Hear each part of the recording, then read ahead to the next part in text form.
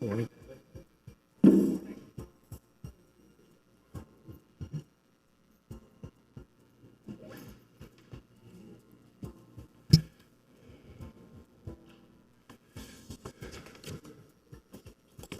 Mr. Clerk, it's 8 o'clock.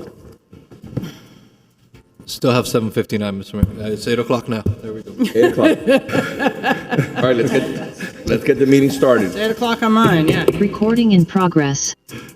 Good morning. I'd like to welcome everyone to the November 18th, 2025 commission meeting. We're starting things a little bit differently. Please remind me of the Raul Valdez-Fowley days when we used to start early at 8 o'clock in the morning. But we're starting today in an effort to accommodate a very important moment today in our city in regards to paying respect and a farewell to a fallen hero, a police officer that worked for the city of Coral Gables and now is a member of Miami-Dade County. And will always be a member of our city and will always be a member of this community. So we're trying to accommodate as many things as possible to finish the meeting here on 9:15, to make it to the funeral arrangements at 10 and be back by 1 o'clock. To begin, I'd like to, first off and foremost, thank Reverend Roger Tobin, Assistant Priest at St. Philip's Episcopal Church. It's truly an honor to have you here once again. Thank you so much for getting up a little early. I know you're an early riser, you know, everything for the faith, but it's a little bit different today instead of 9 o'clock. It's a privilege to be here. Thank you, Mayor. I appreciate that. On behalf of Reverend Conroy, the vestry and wardens of St. Philip's, we give you our greeting, and in the shadow of Devin and his family, I think it would be appropriate for us first to take a moment of silence and remember Deputy Yaramillo before we say God's blessing upon this commission meeting. And so let's take that moment of silence now.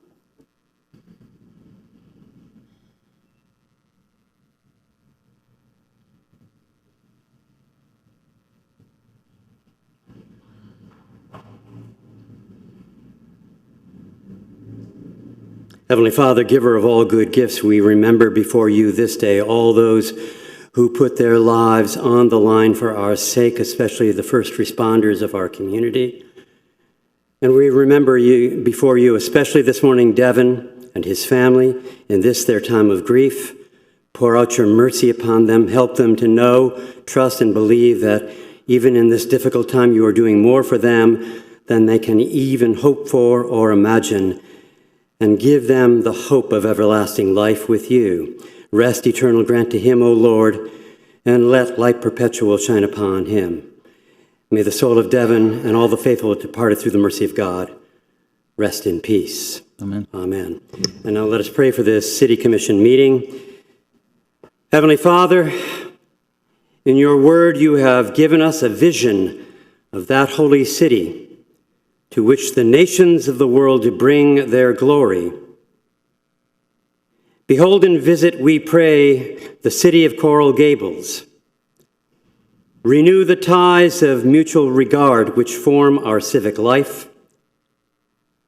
Bestow on our leaders the spirit of willingness to eliminate poverty, prejudice, and oppression, that peace may prevail with righteousness and justice with order, and that men and women from different cultures and with differing talents may find with one another the fulfillment of their common humanity. Almighty God, our Heavenly Father, send down upon those who hold office in the City Commission of Coral Gables the spirit of wisdom, charity, and justice, that with steadfast purpose they may faithfully serve in their offices to promote the well-being of every single citizen of our community. And this we pray in your most holy name. Amen. God bless you all. Reverend, thank you very much. We extend our best wishes to you and your congregation. As always, it's a privilege to have you here. It's a privilege to have you as our leader. God bless you all. Send our best to the congregation. Before we move on to the Pledge of Allegiance, I'd like to read some comments onto the record, and thank you for the Reverend for leading us in a moment of silence. It has been a heartbreaking few weeks for the men and women who protect South Florida, those who risk their lives for us every day. Some 3 weeks ago, our Miami Beach family suffered a profound loss. We mourn the passing of one of their dedicated motorcycle officers, Officer David Cayuso, who gave his life in service to the community. Our hearts are with his family, friends, and every member of our law enforcement family who continues to protect and serve with courage and compassion. Motorcycle officers, motormen, as they are proudly called, face some of the most dangerous conditions in law enforcement. Whether responding to emergencies, escorting dignitaries, or keeping our streets safe during special events, they serve with skill, precision, and unwavering bravery. Then on Friday, November 7th, the unthinkable happened. Officer Devin Jaramillo was murdered. Officer Jaramillo served our community with honor and distinction before joining the Miami-Dade Sheriff Office in 2024, following in his father's footsteps. 11 days ago, he was tragically shot and killed in southwest Miami-Dade while responding to what he thought would be a routine call. During this time in our city, he made a real impact, including being recognized as Officer of the Month for his outstanding work. Our hearts are broken as we mourn alongside with the Jaramillo family, the Miami-Dade Sheriff's Office, and our own Coral Gables Police family. We are united in grief and in gratitude for Officer Jaramillo's service and sacrifice. May his memory be a blessing, and may we never forget his commitment to keeping our community safe. Today we honor the memory of both officers and salute all who serve, especially our own Coral Gables Police Department. Your commitment keeps us safe, and we stand with you. In Officer Jaramillo's honor, last weekend, we lit City Hall in blue, and we will once again be lit in blue today. We have also adjusted our schedule to be able to attend his memorial service, one in which many of our officers will participate. Before the Pledge of Allegiance, like I said before, I wanted to have a moment of silence, but thank you to the Reverend for leading us in that effort. Thank you very much, and please keep both of these officers, and their families in our prayers, not only today, but as long as we can. Amen. Moving forward, I'd like to have our clerk, which I don't think he's had the privilege in a while, to lead us in the Pledge of Allegiance. Stand, place your right hand over your heart, and repeat with me. I pledge allegiance to the flag of the United States of America and to the republic for which it stands, one nation, under God, indivisible, with liberty and justice for all.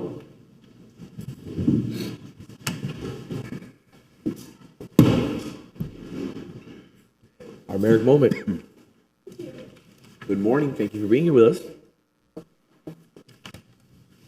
Holding up a little something for you today. As we celebrate our centennial, the Merrick House brings to the Commission the Merrick Moment, little tidbits that add up to a remarkable story. I'm Joanne Marr, Merrick House docent. Board of Governors members include Genevieve Orr, Chair, Mary Beth Burke, Carmen Kaysen, Alexis Ehrenhoft, Christina O'Naughton, Susan Rodriguez, and Bonnie Sipe. On November 28, 1921, the very first land auction took place in George Merrick's CityBeautiful. It was led by auctioneer Edward Doc Dammers, a medium-sized man with a giant personality, who would become the city's first mayor in 1925. The Merrick House commemorated this event with Doc Dammers Day in October of 2021, and this is the book that commemorates that first land auction. George awoke early on auction day. This was not unusual, as he typically slept only 4 or 5 hours a night, ignoring the naysayers who thought him crazy or stupid for pushing development so far west. He was confident that his design plus utility philosophy would attract willing buyers. His national publicity blitz had been unprecedented, and he had made travel to the event extremely easy. Signature coral pink buses were scheduled to leave downtown Miami every few minutes. The route to the auction site was lined with colossal wooden signs encouraging travelers to follow the golden galleon, which included the words "Westward Ho!" on the galleon's unfurled flag. Caballeros, dressed in fanciful Spanish attire, directed over 1,000 automobiles from Flagler Street to Lejeune Road and then west on 8th Street to where 2 immense billboards showing renderings of the rock-walled entrance to be the Granada Gate. A newly landscaped Granada Boulevard gave visitors a taste of the fair new land that awaited them. The guides reported that auto tags were evenly divided between those of Florida and northern states. A crowd of 5,000 made their way to George and Eunice's front lawn on Coral Way for what Doc Dammers called the chance of a lifetime. When the Section A auction closed 6 days later, 300 lots had been sold for more than $500,000. That's equivalent to about $9 million in today's dollars. And that was just the start.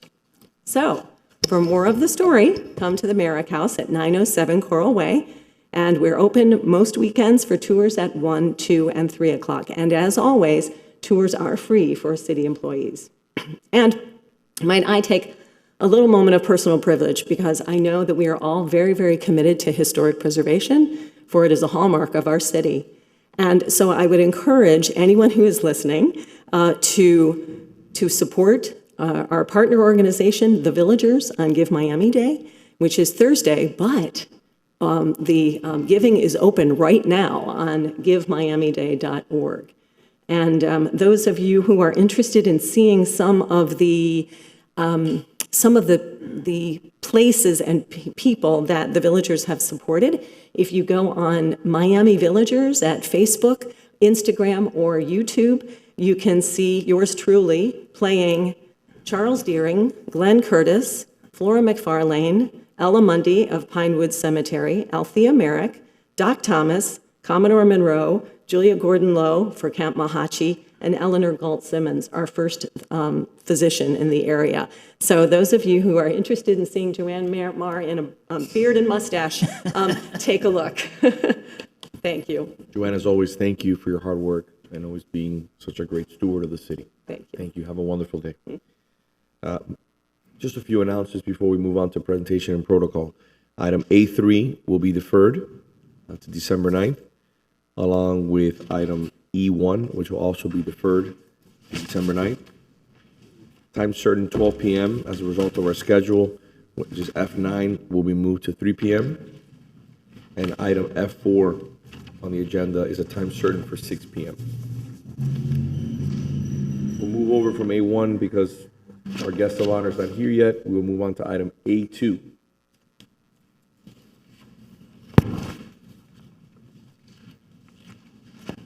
I don't know if we have anybody here from the March of Dimes, but, oh, please, come on up.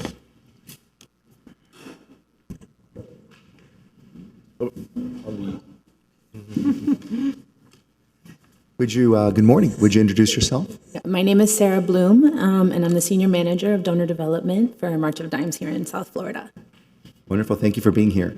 So we're going to read the proclamation today. Whereas moms and babies face serious health risks, and March of Dimes fights for their health through research, education, advocacy, and programs. Whereas March of Dimes has developed a collaborative model to study and prevent preterm births through groundbreaking research at 5 prematurity research centers. And whereas March of Dimes is committed to mobilizing the nation by amplifying the voices of women and families. And whereas more than 1 in 10 babies are born preterm each year in the state of Florida, representing 10.7% of all state births. And whereas Florida received a grade of D+ on the 2024 March of Dimes report card, and whereas in Florida, March of Dimes has worked extensively to improve the health of moms and babies across Florida through education, community programs, and advocacy, helping ensure every baby has a healthy start.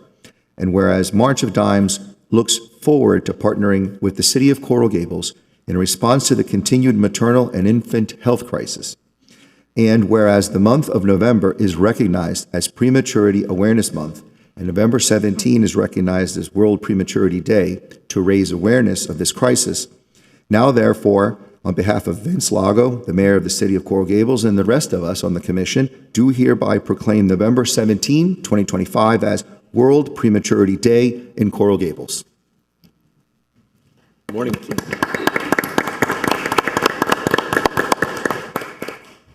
Thank you so much for this amazing opportunity to raise awareness for maternal and infant healthcare struggles here in Miami and across Florida and across our nation. We still do have a D+ rating when it comes to premature birth and maternal mortality. Our 2025 report card was released yesterday on World Prematurity Day, November 17th, and those results are still the same. So it just shows that we have so much work to do. So thank you so much to Mayor Lago and everybody here at the City of Coral Gables, and of course, Vice Mayor of City of North Miami, Cassandra Timothy, who has worked with us tirelessly in honor of her situation and her daughter who was born premature as well. So thank you so much for helping us raise awareness for this cause. And thank you for having us for here today. Thank you for being here with us. Can we take a photo?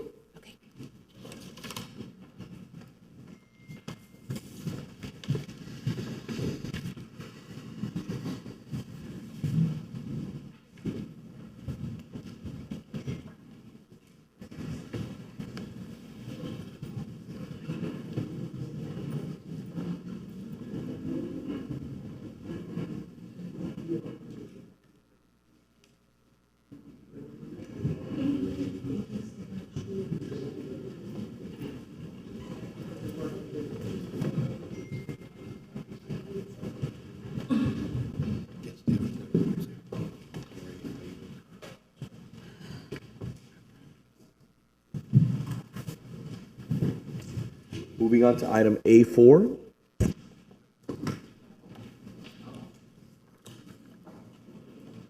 They here? Item A4. A4, I think, is mine. Hipólito Day in Coral Gables. Do we have? Please join us. Please. Please. Good morning.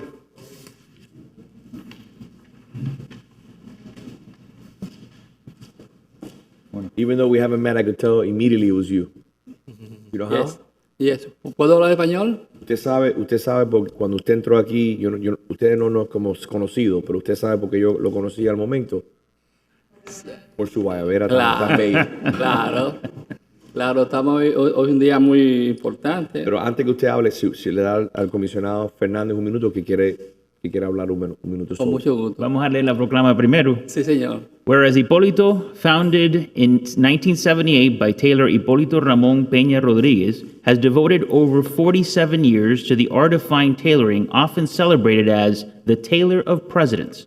And whereas Hipólito's legacy has spanned 3 generations, upholding the values of family, craftsmanship, and heritage, each generation ensuring that the tradition is not lost. And whereas born in Santo Domingo, Hipólito Peña's vision has elevated the roots of the guayabera and similar attire to a distinguished garment worn by heads of state, dignitaries, and communities across the world.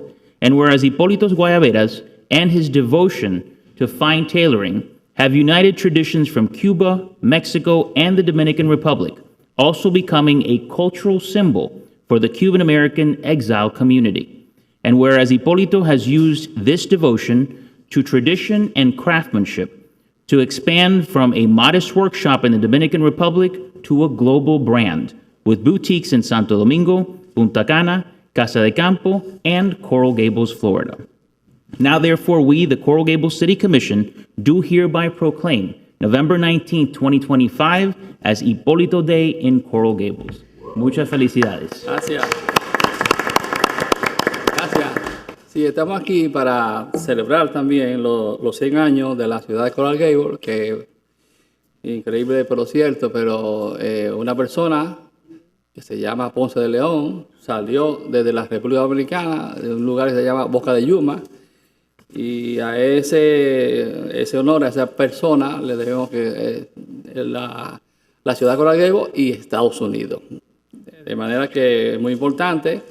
En lo que nos respecta a nosotros, que también somos dominicanos, la guayabera nació en la República Dominicana y fue llevada a Cuba a través del prócer Máximo Gómez en el año 1878. Y fue el libertador de Cuba en el año 1900, 1895. De manera que ahora nuevamente la guayabera Hipólito va a profetizar desde la tribuna la liberación de Cuba nuevamente a través de una guayabera, porque una guayabera libertó a Cuba y nuevamente una guayabera va a libertar a Cuba. En los próximos meses, años, habrá un nuevo presidente en Cuba, lo cual se utilizará la guayabera ya de una manera con libertad, no de una forma guajira como se usaba en los años de esclavitud, no, o sea, no de forma, sino de una manera elegante a nivel muy alto y con un estilo de vida nuevos. Hoy por hoy la guayabera es una identidad latina, una expresión latina, americana y europea, y se puede usar en todas las estaciones, dependiendo de los tejidos térmicos. Nosotros usamos casimir para invierno, de manera que usamos los mejores materiales preciosos. Tenemos 40 años de tradición, de una experiencia maravillosa, la elegancia no pasa de moda, el arte de la medida llevado a la perfección, de manera que hoy celebramos esta historia de una manera humilde pero brillante. La marca Hipólito es un símbolo de Miami, porque es lo que nos da a conocer la forma latina americana y progresista que tenemos la nueva generación. Por eso Estados Unidos fue formada como una nación libre e independiente. Así que le doy muchas gracias a todos los comisionados, especialmente al Lago y todos los demás, todos los managers comisionados aquí, que están muy elegantes, muy puestos. Espero que reciban esto como una alegría, como algo. Yo sé que ahorita va a pasar algo, pasaremos a un luto, pero la vida se trata de eso. Estamos en alegría y luto, pero tenemos que seguir adelante. Muchas gracias y estamos para servirles. Muchas gracias a usted.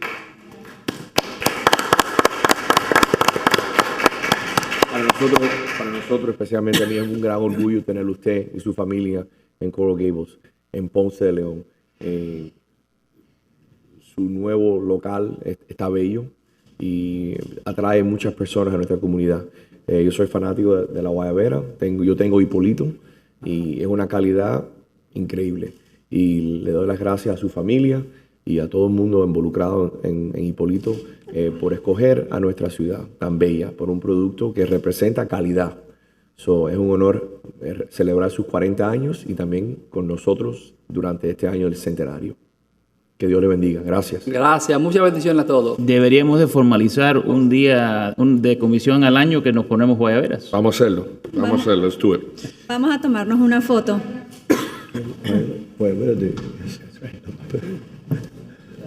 Sounds interesting. Sounds like a plan.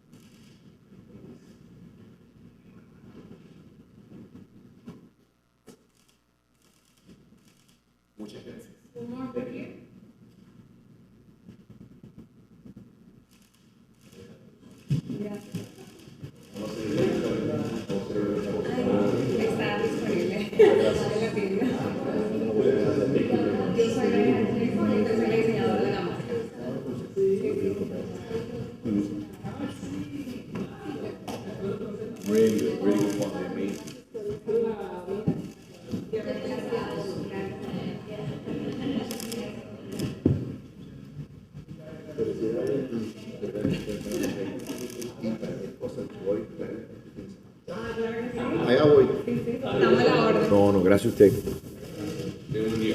Gracias. Moving on to item A5. Good morning. Whereas epilepsy is a neurological disorder that affects more than 3.4 million Americans and approximately 65 million people worldwide, making it the fourth most common neurological condition and affects more individuals than autism, Parkinson's disease, multiple sclerosis, and cerebral palsy combined. And whereas epilepsy affects people of all ages, races, ethnic backgrounds, and genders with no geographic, social, or racial boundaries. And whereas 1 in 26 people will develop epilepsy at some point in their lifetime, with more than 500,000 Floridians currently living with epilepsy. And whereas seizures can be controlled through proper medical care and medication for approximately 70% of the people with epilepsy, allowing them to live a full life, productive lives. And whereas, despite medical advances, epilepsy continues to be widely misunderstood, and people with epilepsy often face discrimination, social stigma, and barriers to education, employment, and participation in community activities.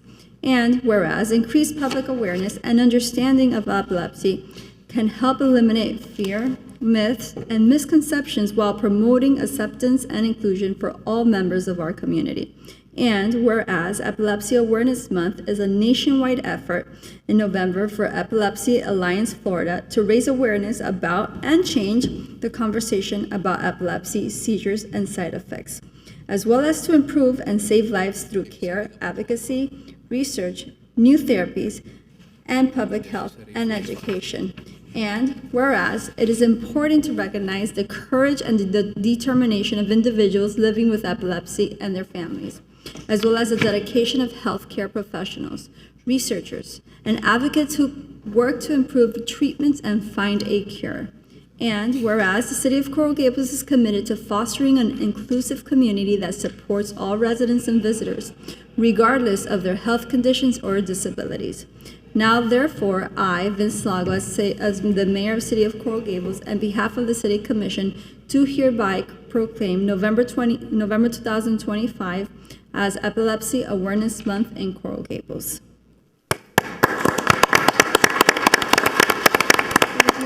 I'm going to come up and say a few words before we take a picture. Good morning. Welcome to the City Beautiful. We're blessed to have you. Thank you guys so much for the recognition. This truly means a lot to our organization. Epilepsy is a really really common neurological disorder that affects so many people, especially here in the United States. And there's so much misconception and misinformation about it, and this proclamation really helps shed a light onto what epilepsy is and the resources the Epilepsy Alliance offers. I can truly tell you from a personal perspective that the Epilepsy Alliance has changed my family's lives. My mom has epilepsy, and through this organization, we were able to receive the resources that she needed to get her seizures under control and to allow her to live a more fulfilling life. So thank you guys so much for this recognition. It means a lot. Thank you. Thank you again for being here. But more importantly, thank you for the work that you do on behalf of that organization. Again, this is a type of, my father's a physician, and we've had friends and family who have epilepsy. A very close friend of mine has epilepsy who is a doctor also. And, it's pretty dramatic when you see somebody who is in perfectly fine health, all of a sudden, I want to be careful of the words that I use, suffer a seizure. And an uncontrollable seizure where they bite their tongue, there's blood everywhere, and I've seen it. I've seen it actually on a vacation trip, and it is something incredibly dramatic, horrific, and the person has no control over themselves. No matter if they take medication, no matter if they follow their strict protocol, which may be some cases maybe a diet, maybe working out, and I know things have evolved and changed over the years, but it is and is it appropriate to say illness? Yes. I just want to be very careful of the words that I use because I don't want It's not a psychological illness, it's a neurological illness. So it's something in your brain that causes you to have seizures. They present in many different ways. And there's been a lot of advancements in technology and a lot of new education that has come. But there's still so much misinformation and a lot of misconception about epilepsy. So I just think we used the key in the proclamation was the issue of the stigma. And when you see that in person and you see somebody having an epileptic seizure, again, it changes your perception on things. And the person who usually comes, when they come back from the seizure, they're not really cognizant of what happened. It's a very kind of interesting illness that that God willing, with more advancement, will be cured soon. God willing. Through the mayor? Yes, sir. Go ahead. Good morning. Thank you for being with us here today. And I think it's a very important thing that you're doing, raising awareness for epilepsy. I've been around, like all of us have, individuals, family, sometimes, friends for sure, who have this disease. The importance, I think, of raising awareness is that because for most, whether it's a petite or a grand mal seizure that they have, it's just a moment that we have to make them comfortable when they're going through it, and it should pass in most cases, like the mayor was saying, right? But if people around you aren't really aware of what's going on, they could even sometimes endanger the person who is experiencing the seizure. So raising awareness is a very important and a very valuable thing that you do, and that I'm very proud to support along with my colleagues here on the commission, so that certainly we can eliminate any sort of stigma, but most importantly, make sure that the people who suffer from this lead as close as possible normal and healthy lives. Thank you so much. I think the commissioner pointed out a very good point. My first experience with it was in Washington, D.C. We were on our close-up trip our junior year of high school, and one of the members of our group, they were perfectly fine. All of a sudden, they started having a seizure. We were in a member of Congress's office. Thankfully, we were there, so the Capitol Hill medical team was able to come and find a solution, because nobody knew he suffered from epilepsy. And unfortunately, he hadn't been taking his medication, which just made the situation worse. Yeah. It was also, we hadn't been sleeping much because of the trip, so there were a lot of different components that influence it. And after the fact, I've learned more about it just to be prepared in case I see that in somebody else. So I appreciate the work that you all are doing just to raise awareness and inform the community. It's like the work that the autism community has been doing to inform the public as to best practices and what to do. Yeah. I appreciate what you're doing as well, because it does make a difference in people's lives. Thank you. Vice Mayor? I was aware of epilepsy for a long time, but I got a full color experience of it when I was a passenger in a vehicle in the front when someone had a major seizure. And it was on the turnpike.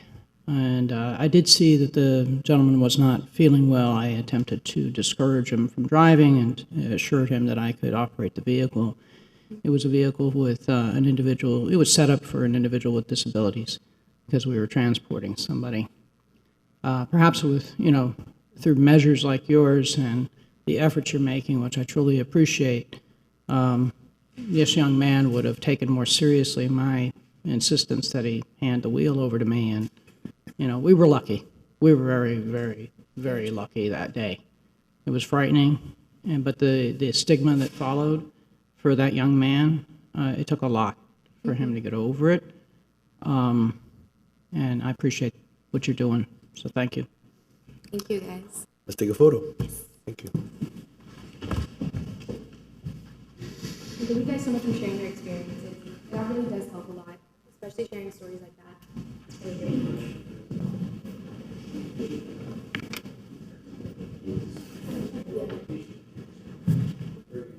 It's been scary. I've seen them in my life, and it's so dark at times.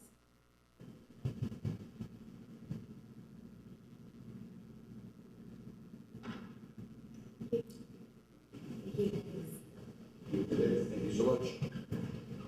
Thank you so much. Thank you for sharing.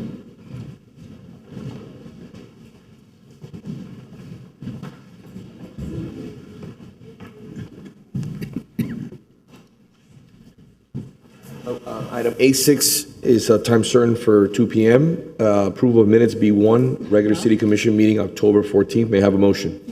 I'll move it. Second. All in favor? Aye. Thank you. Can I have a motion for the consent agenda? Before the vote adopting the consent agenda is taken, is there anyone who wishes additional discussion or review of any item on the consent agenda? Mr. Clerk, we would have to do public comment All right, we'll do before we do public consent agenda. So, just want to but we shouldn't It's do it fine. until after the 9 o'clock. Yeah, Oh, you want to do it after 9 o'clock? I thought we could do consent agenda. because we were noticed for. Yeah. I think Okay, we that's should, fine. yeah. All right, well, no problem. We'll do it after.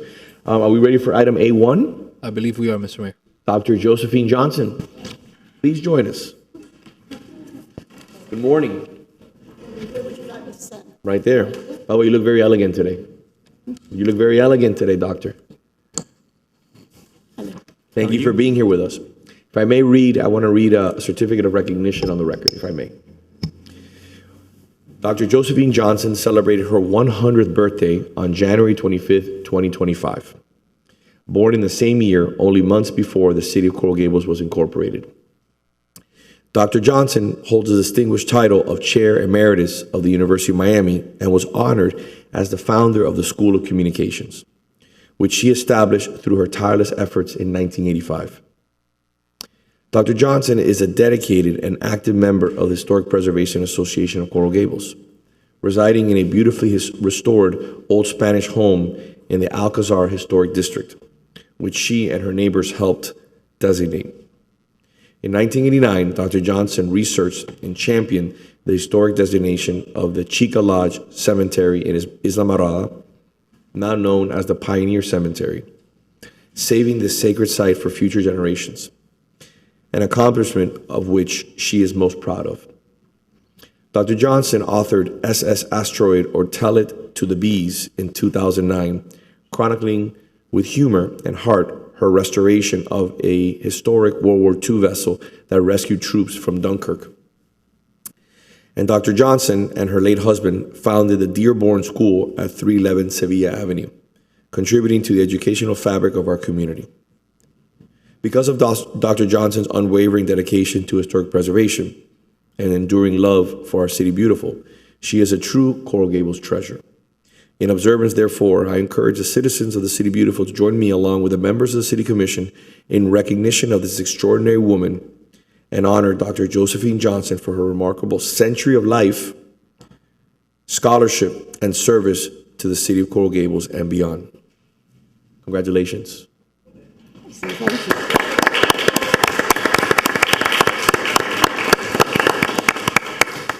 Doctor, we welcome you to the City Beautiful. Not that you need a welcoming, you've been here longer than the City Beautiful. We'd love to hear from you. I'm sorry? We'd love to hear from you. You would love to hear from me. I wasn't prepared to speak, but thank you for acknowledging 100 years. And as I go into the 101st year with the City of Coral Gables, we have to see what we can do in this really challenging next century. I can't stay around long enough to make another school for Coral Gables, or even another school for the University of Miami. But I encourage everyone to keep on doing their thing, and somehow you'll get the information to me. So I wish everyone the greatest success, and especially everyone sitting up here today. And thank you so much for taking the time to acknowledge me. Thank you. Thank you. About a year ago, I had the honor of welcoming you during my office hours and started hearing your story, which was captivating. And the first thing I did was call Martha Pantin, and I was like, we need to get her interview done for our Centennial videos. I don't know if that ever got done. I haven't seen it, but I hope we got your Centennial story for others to hear about your history here in the city of Coral Gables and everything you have done, because I think it's important for folks to hear it directly from you. Well, we got a little bit into the, 3 minutes we were allowed on the 100 celebration for the 100 people, but not about cemeteries and not about old ships, but a little bit there. So that's done. We did not finish getting a plaque for Dearborn School, and so I hope that that can be accomplished this year. It isn't there anymore, but certainly somewhere on the street or near the building, perhaps we can get that, because everybody I speak to here either went to Dearborn School or knows someone who went to Dearborn School. And I think they would like to see some acknowledgement of that. Mr. Manager, on behalf of the commission, if they'll grant me that privilege, can we make this request happen? Yes, of course, ma'am. Okay, perfect. Do you need a vote on that, or? Do you need a vote on that? No, Mayor, we can certainly do it. And I think they already started working on it. I think they Wanna make started Historic Preservation has already started working on that, so. We will work with historic preservation to make that happen. It's a true privilege to have you here. We want to wish you not only a happy birthday, obviously important, but we want to thank you more than anything. Thank you for your service to the city of Coral Gables. Thank you for always leading and being an agent of change, being a person who preserved the city and really focused on education, philanthropy, preservation. You truly led by example, and I want to thank you for that. Thank you. Thank you on behalf of the commission and behalf of the City Beautiful. Thank you. Thank all of you. Let's take a photo.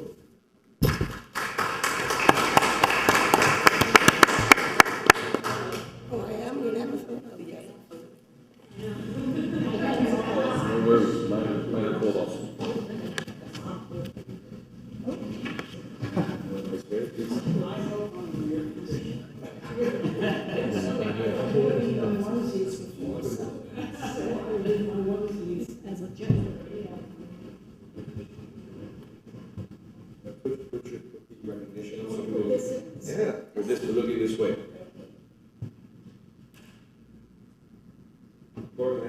Also, let's bring everybody else up. Come on. Don't be shy. Flowers. Bring the flowers for you.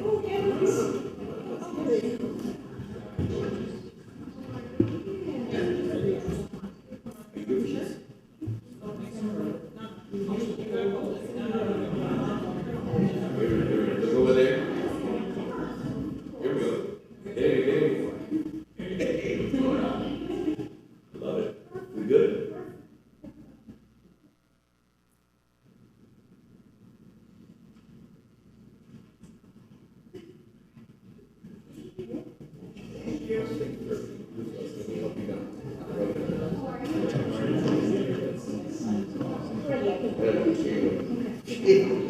All right. Be careful. Be careful.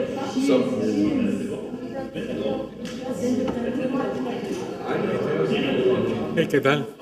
How are you, Mr. Mayor? How's it going? Very good. I haven't seen you by Rotary anymore. Invite me. Okay.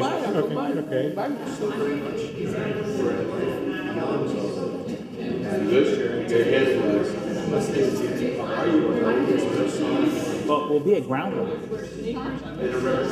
Another this size. We're gonna be at Huh? ground level on that side. Yeah. But the best part is the lighting from here to here. I'm all about the lighting. Well, I had to close the line. That's the real deal. Yeah, but the cameras would look terrible if the sun was in the back and the cameras are here.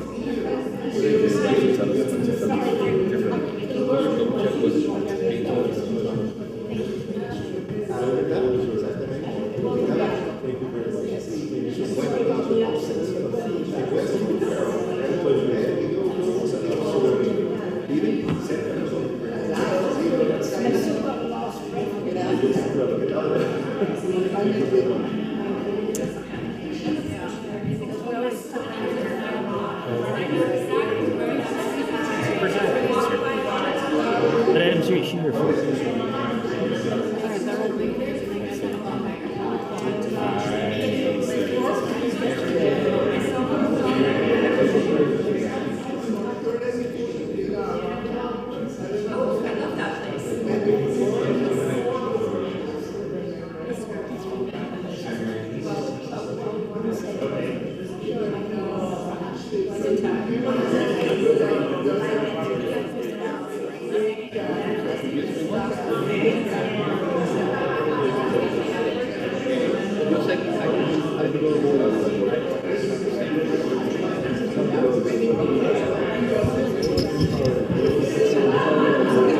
Mr. Clerk, we're going to take a 15-minute recess. Recording in progress. 9 o'clock? All right, welcome back. We'll try to address two final issues, public comment and the consent agenda before we break to attend the funeral. And we'll be departing from the city probably around 9:15. Mr. Clerk. Mr. Mayor, I have one speaker for public comment at this time, Mrs. Maria Cruz.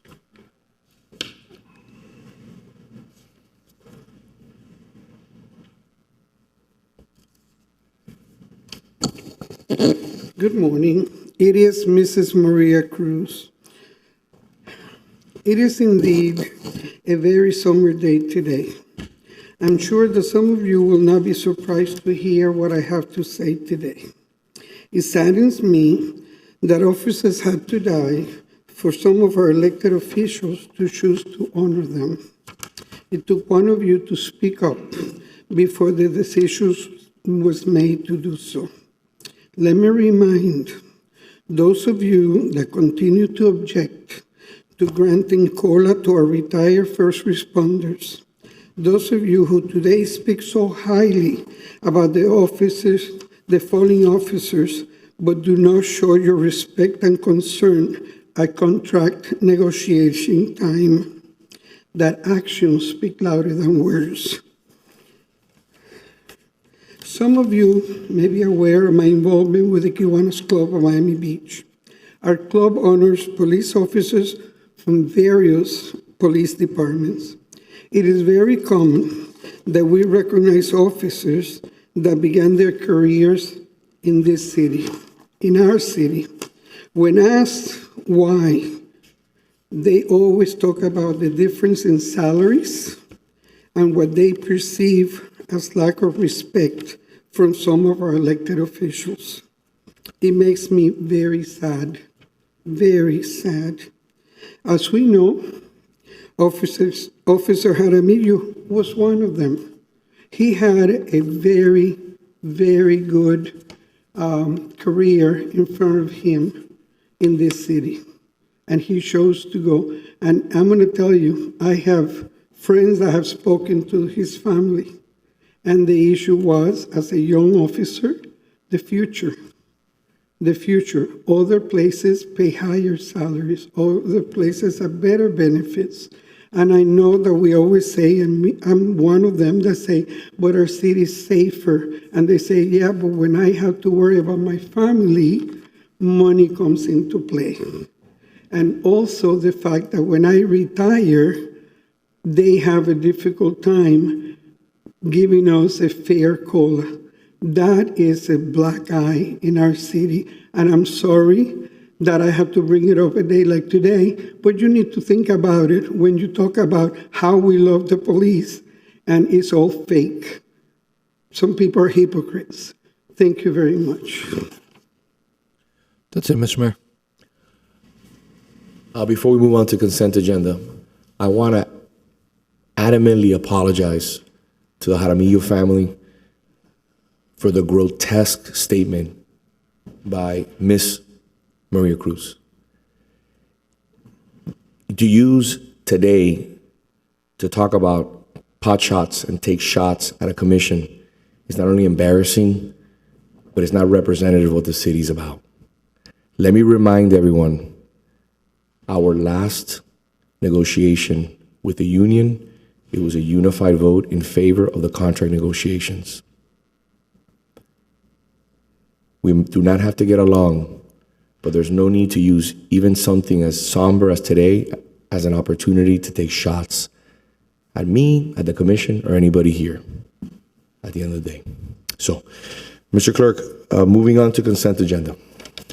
Before the vote adopting the consent agenda is taken, is there anyone who wishes additional discussion or review of any item on the consent agenda? May I have a motion? I move. Second. All in favor? Aye. Thank you. Perfect. Thank you. We have a few moments. Is there any items that we should take, or you want to wait? Does the commission want to wait till we get back? What would you like to do? We have items at the end of the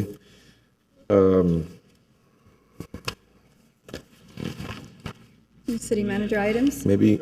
Or city manager items? Hold on. Wait 1 second. I have, Wait. Hold on. Give me 1 second.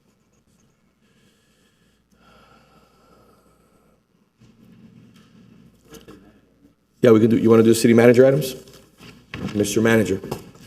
Yes, Mayor. Let's do the city manager items if we can. That way, I mean, they're pretty standard. So I'll read H1, Mayor, into the Yes. record. H1 is a resolution of the City Commission authorizing a contract modification to FG Construction LLC, contract number 20681, median improvements, Ponce de Leon Phase 3 project pursuant to Section 2-764B, approval of change orders and contract modifications in the amount of $500,000 to cover unforeseen items. Through the mayor? Yes, sir. Mr. Mayor, commissioners, this is just a contingency, adding a contingency to the Ponce de Leon project. I'll move it. Just for the record, at the end of the day, the contingency is not used. It goes back to the general fund, correct? That is correct, Mayor. Okay. We have a motion and a second. Do you have any public comment? No, Mr. Mayor. All right. Vice Mayor Anderson, Yes. Commissioner Castro, Yes. Commissioner Fernandez. Yes. Commissioner Lara, Yes. Mayor Lago. Yes. Just again, just for the record, this is something that we've been working on for almost a decade, and it's really happy. I'm really blessed and happy to see on behalf of the commission. Thank you to Hermes. Thank you to the procurement department. Thank you to the DCM, ACM, city manager. Again, just like City Hall, this is finally coming to fruition, and I want to thank all our employees for their hard work. Thank you very much. And by the way, another thing too, bear with us, that whole area. You've been asking for a beautification project, you've been asking for landscaping, you've been asking for shade, you've been asking for a median, you've been asking for better roads. Sidewalks in certain cases are going to be replaced and corrected. All we ask you on behalf of the commission is just patience. Because these projects, you got to break a few eggs to make a beautiful omelet. So, and we're going to break a lot of eggs. There's going to be a lot of dust, and we're trying to do our best to minimize that, but we have to be honest with ourselves. So I apologize. That's not a very good analogy, but it kind of is a very good analogy. So through the mayor, Yeah. I mean, during the last septic to sewer meeting, I did bring up the fact that there's nothing going to be pretty about either replacing your septic tank, your drain field, or going septic to sewer. There's no pretty way to do this stuff, but it will be pretty when it's done. yes, sir. Yes, ma'am. Moving on to H2. Mayor, if it's okay with you, can we do H2 and H3 together since Yes. they're both leases? Let's do them together. Okay, so H2 is a resolution of the City Commission approving a lease between the City of Coral Gables as tenant and 2020 Ponce de Leon LLC as landlord regarding the property located at 2020 Ponce de Leon Boulevard, Suite 102A, Coral Gables, Florida, for a period of 3 years for the purpose of relocating numerous staff members of the city's finance department. H3 is a resolution of the City Commission approving a lease between the City of Coral Gables as tenant and 2020 Ponce LLC as landlord regarding the property located at 2020 Ponce de Leon Boulevard, Suite 1200, Coral Gables, Florida, for a period of 3 years for the purpose of relocating numerous City Hall staff members. Through the mayor? Yes. Mayor, this is for 2020 Ponce, which is right across the Merrick Garage. Finance will be on the first floor. The city clerk, the city attorney, and the city manager's office will be on 12th floor. We need to get out of City Hall to finish City Hall, do exploratory demo, and move on with construction in the second half of next year. Good morning. Morning. Thank you for being here with us. Good morning, Mayor, Vice Mayor, Commissioners. Paige Perez, Asset Manager. 2020 Ponce de Leon LLC and the city as tenant are mutually seeking approval to enter into a lease agreement regarding the property located at 2020 Ponce de Leon Boulevard, Suite 102A, for a period of 3 years, beginning on December 1, 2025, to house numerous members of the city's finance department during the ongoing restoration of City Hall. The following are the key lease terms. The premise is 3,597 square feet. The base rent will start at $53 per square foot with annual increases of 3%. Rent commencement will be 60 days after lease commencement, providing a rent abatement period. And the city will have an option for a 3-year renewal term at fair market rent. May I move on to the next item? Yes, of course, please. 2020 Ponce LLC and the city as tenant are mutually seeking approval to enter into a lease agreement regarding the property located at 2020 Ponce de Leon Boulevard, Suite 1200, for a period of 3 years, beginning on December 1, 2025, to accommodate the offices of the city manager, city attorney, and city clerk during the ongoing restoration of City Hall. The following are the key lease terms. The premise is 6,870 square feet. The base rent will start at $53 per square foot with annual increases of 3.5%. The city will have an option for a 3-year renewal term. During the renewal term, rent will continue to escalate annually by 3.5%, consistent with the adjustments in the initial term. Happy to answer any questions. Thank you very much. I think you did a great job explaining the breakdown, and I appreciate you including the increases after year one. Thank you so much on that. Mr. Clerk, do we have any public comment? No, Mr. Mayor. I'll move it. I'll second. So this will be on H2, Yes. the first motion. Commissioner Castro, Yes. Commissioner Fernandez, Yes. Commissioner Lara, Yes. Vice Mayor Anderson, Yes. Mayor Lago. Yes, moving on to H3. Can I have a motion?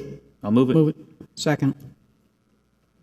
Commissioner Fernandez? Yes. Commissioner Lara? Yes. Vice Mayor Anderson? Yes. Commissioner Castro? Yes. Mayor Lago?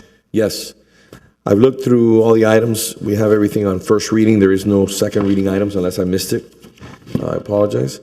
I don't think there's any other items that are not time certain or items that require staff. And we have 2 minutes. I was going to adjourn at 9:15.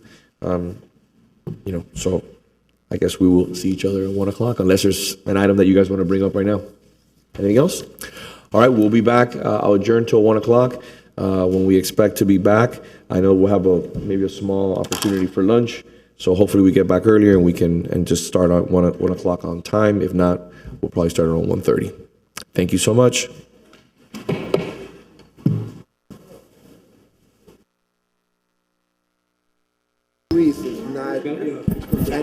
We're ready, Mr. Mayor. All right, let's call it. We're going to start the meeting. Good afternoon, we're back. We're going to start off with item F5. F5. Commissioner Lara, your item.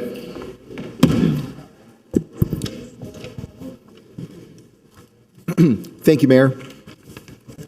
Every year on Veterans Day, our nation pauses to honor the men and the women who have worn the uniform of the United States of America, those who have defended our freedom, protected our values, and safeguarded our way of life. Here in Coral Gables, we proudly displayed flags in front of City Hall as a symbol of that gratitude. But I believe it's time that we do more. This year, we gathered to dedicate Staff Sergeant Carl Philip Ennis's Veterans Memorial Park, honoring a hometown hero who gave his life in service to our country. That ceremony was deeply meaningful not only for this young man's family and friends, but for our entire community. It reminded us of the courage, the sacrifice, and sense of duty that defines all who serve. With that in mind, I would like to propose that the City of Coral Gables establish an annual Veterans Day ceremony, a standing tradition that brings our community together every November to pay tribute to those who have served and continue to serve in the armed forces. I recommend that our staff work closely with the American Legion Post 98 and other local veterans organizations to develop a meaningful program beginning next year in honor as well of our nation's 250th birthday. And a program that it would honor service, it will preserve memory and strengthen the bond between our city and those who have defended it. And bringing this resolution on this day is particularly poignant because the Commission just returned from a memorial service for one of our fallen officers, Officer David Jaramillo, who was Deputy Sheriff, as well as a former Coral Gables police officer who was shot and killed in the line of duty on November 7, 2025. So I believe it is profoundly important that we recognize those who serve to protect us.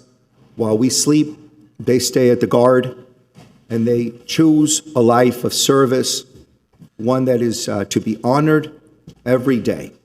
As President Ronald Reagan once said, freedom is never more than one generation away from extinction.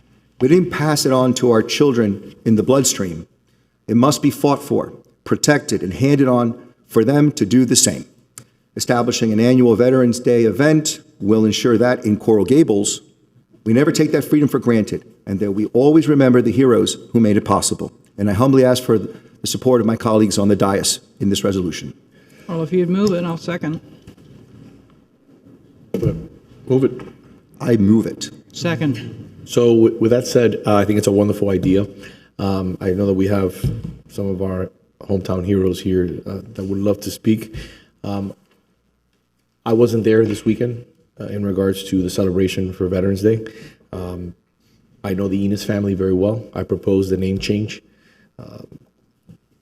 That family's sacrifice is everything that's right with this country. And like we said, we're also going to start adding now American flags to the parks. That's something that I proposed at the last commission meeting. And this is just in line with another great opportunity to continue to highlight why this is the most exceptional country in the world, and why we have to pay a huge debt of gratitude to anyone who serves in one form or another. Another thing that I'd like to mention before we pass it off to my colleagues or have the public comment is, like for this gentleman, when he comes up, talk a little bit about the American Legion and what the American Legion is doing. I've had the opportunity to visit, and I've had friends of mine who've gotten involved with the American Legion. One of them is Signature Windows, Javi Avila. I want him to speak a little bit about that. That's a donation. They changed all the windows in that facility, and it looks amazing. It's never looked better, because this gentleman has been working very hard on behalf of that entity to bring it to new heights. And that's the least that we can do. But even people, for example, like the owner of Signature Windows, who's never served, constantly tells me that, I got to do my small part. I got to give back. So I think we're giving back and doing our small part. So if my colleagues have anything further to say, we'll open it up after to public comment. Commissioner, I think this is a phenomenal idea. I commend you for it. I've always realized what other municipalities do, and it kind of has fallen. Coral Gables has just not done something on this important day. I think Miami Lakes is one of the ones that does it as big as anybody else. They have a parade, and they actually have banners that they make and they display throughout the city with photos of current active members who live within the city limits and veterans who live in the city. So I think this is an incredible idea, and I'm happy to support it. Well, thank you. I just want to comment, though. I would be remiss in not saying that for a few years, Merrick House has put on, as it did recently, celebration of Veterans Day as well. Veterans Day, a day to celebrate those that have served and continue to serve in the armed forces. But with the purpose of the resolution is to make it an annual, citywide recognized event. But I applaud the Merrick House and the volunteers with that group for what they have done to keep that spirit and that sentiment alive. Because I know that although we haven't had this before, I know that the patriotism and the support of the residents of Coral Gables for the men and women that serve in the armed forces has always been alive and well. We're just doing our small part. Okay. So through the mayor, Vice Mayor. The dedication of the Ennis Park was remarkably beautiful, and it was a sentiment of everybody that was present that we need to do something more every year. And the question is, how should we do it? And I applaud, your actions, bringing it forward today. It was very timely, and thank you. Okay. Mr. Clerk, do you have any public comment? Yes, Mr. Mayor, Wilfredo Jauregui. Sir, thank you for being here with us. And more importantly, thank you for your service. Thank you for the support. Good afternoon, Mayor, Commissioners, and neighbors. My name is Wilfredo Jauregui, proud Coral Gables resident and United States Marine. I'm here to support Commissioner Lara's request because Coral Gables should have a formal Veterans Day recognition. We already honor our fallen on Memorial Day, and that tribute means a lot. But Veterans Day is different. It's about honoring the men and women who came home and continue serving this community every day. This city has a long history of veterans who defended our nation, then helped build Coral Gables. They're our neighbors, our business owners, our coaches, our mentors. They carried the weight overseas, and they carry it here at home. Recognition matters, not only for applause, but because it tells veterans and their families, your service matters to your city. It also teaches our kids that courage, sacrifice, and service are values that Coral Gables stands for. We're not asking for anything complicated, just a moment each year where the city pauses to say to our veterans, we see you, we thank you, and we honor you. As a Marine, I didn't serve to be thanked, but when your own city recognizes your service, it hits differently. It reminds you why you fought and why you choose to call this place home. I respectfully ask you support this initiative and make Veterans Day recognition part of our Coral Gables tradition. And thank you, and Semper Fi. Sir, thank you very much. Thank you. Mr. Clerk, we have anything further? That's it, Mr. Mayor. We have a motion and a second. Commissioner Lara, Yes. Vice Mayor Anderson, Yes. Commissioner Castro, Yes. Commissioner Fernandez, Yes. Mayor Lago. Yes. Thank you very much. Thank you for being here. Thank you, Commissioner Lara, for bringing this long overdue, and I appreciate your commitment to the United States of America. Item A6, F1 and F6 are time certain, 2 p.m.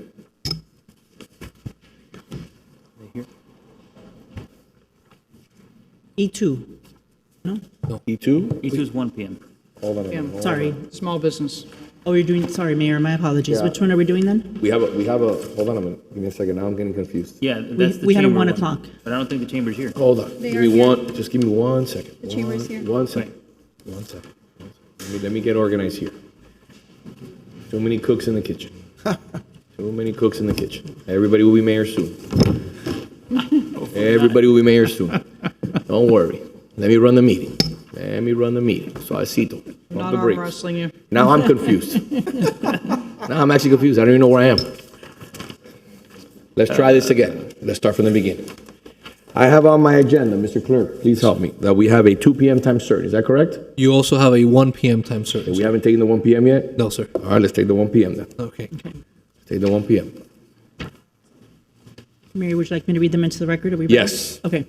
So E2 is an ordinance of the City Commission amending the future land use map of the City of Coral Gables Comprehensive Plan pursuant to Zoning Code Article 14, Process Section 14-213, Comprehensive Plan Text and Map Amendments and Small-Scale Amendment Procedures from commercial low-rise intensity and single-family low density to multifamily low density for the western 36 feet of lots 1 and 13 through 17, and from single-family low density to commercial low-rise intensity for the remaining eastern portion of lots 1 and 15 through 17, and all of lots 2 through 4, Block 18, Coral Gables Flagler Street section, Coral Gables, Florida, providing for repealer provisions, severability clause, and providing for an effective date. E3 is an ordinance of the City Commission making zoning district boundary changes pursuant to Zoning Code Article 14, Process Section 14-212, Zoning Code Text and Map Amendments from Mixed Use 1 and Single Family Residential to Multifamily 3, for the western 36 feet of lots 1 and 13 through 17, and from single-family residential to mixed-use 1, for the remaining eastern portion of lots 1 and 15 through 17, and all of lots 2 through 4, Block 18, Coral Gables, Flagler Street section, Coral Gables, Florida, providing for repealer provisions, severability clause, and providing for an effective date. E4 is an ordinance of the City Commission granting approval of a planned area development pursuant to Zoning Code Article 14, Process Section 14-206, General Procedures for Planned Area Development for a mixed-use project referred to as 760 Ponce on properties legally described as Block 18, Coral Gables, Flagler Street section, Coral Gables, Florida, including required conditions, providing for repealer provisions, severability clause, and providing for an effective date. E7 will not be voted on today, so it's on the agenda, but it will be voted on if these are all approved on first reading today. These is a quasi-judicial proceeding, Mayor. For purposes of the public hearing, I ask that we consolidate, and anyone who will be testifying today should be sworn in by the City Clerk. Those who will be testifying on this item, please stand and raise your right hand. Do you swear or affirm that the information you'll provide today will be the truth and nothing but the truth? Thank you. Through the mayor, there's been ex parte communications via email and in person regarding this development.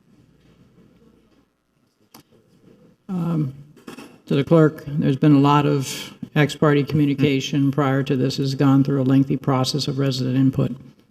Same here. Good. I agree as well.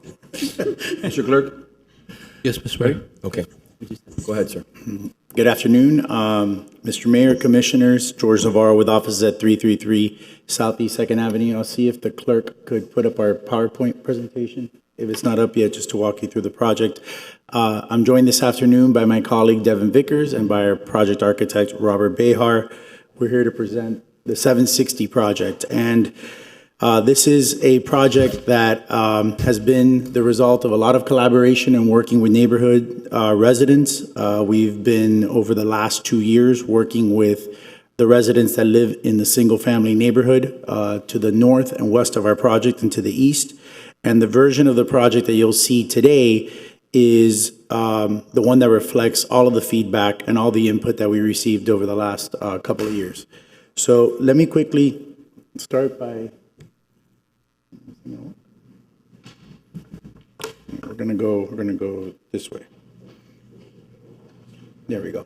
Let me quickly orient you to where the project is located.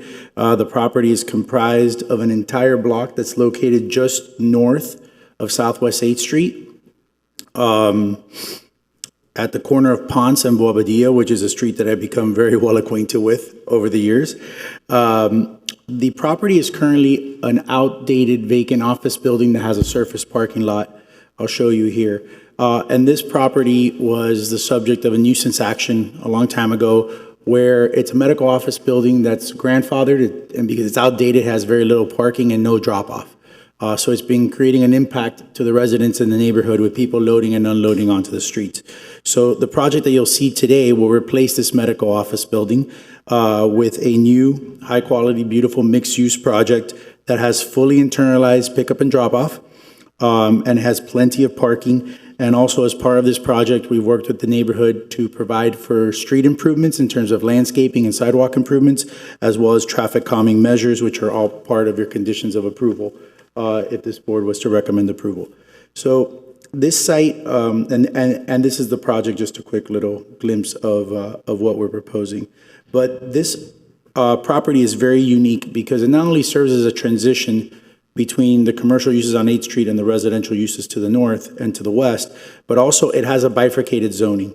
It's currently zoned single family. Those areas that are shown as single family are actually approved for commercial parking, commercial surface parking, and it has an existing MX1 zoning.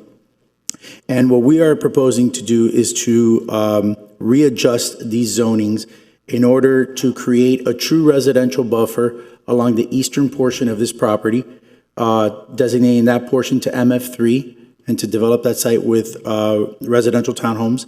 And then the remainder of the site will remain MX1. And this allows us, as you'll see, to design a much more compatible project with the neighborhood. So with that, I'd like to introduce Robert Behar so he could walk you through the plan. Then I'll provide a little more comments on the outreach we've done, and then hopefully we could conclude the presentation. Good morning, sir. Good afternoon. Good afternoon, Mr. Mayor, Commissioners. For the record, Robert Behar, Behar Fund and Partners, 4533 Ponce de Leon. Thank you for the opportunity to present to you. It's been a very long process. First and foremost, I do want to take this opportunity and thank the neighbors, the immediate residents, that for the last, not 2 years, almost 4 years, has been working together. And it has been, you may not hear this from me very often, it has been a very nice process. We have not always agreed, but we have come together as people, and we have been able to work together. So I do want to thank them for working with us. As George mentioned, this project, and I will go very briefly, is a project that is comprised of a medical office building with a residential buffer on the west side of the property. Can we pull up the presentation, please?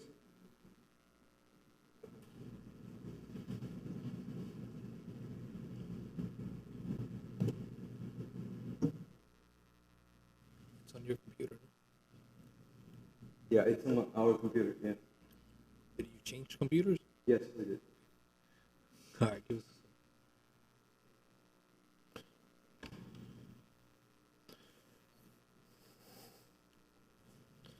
We blame George for that. Always blame the lawyers. Easy. This one? Yeah. Yeah.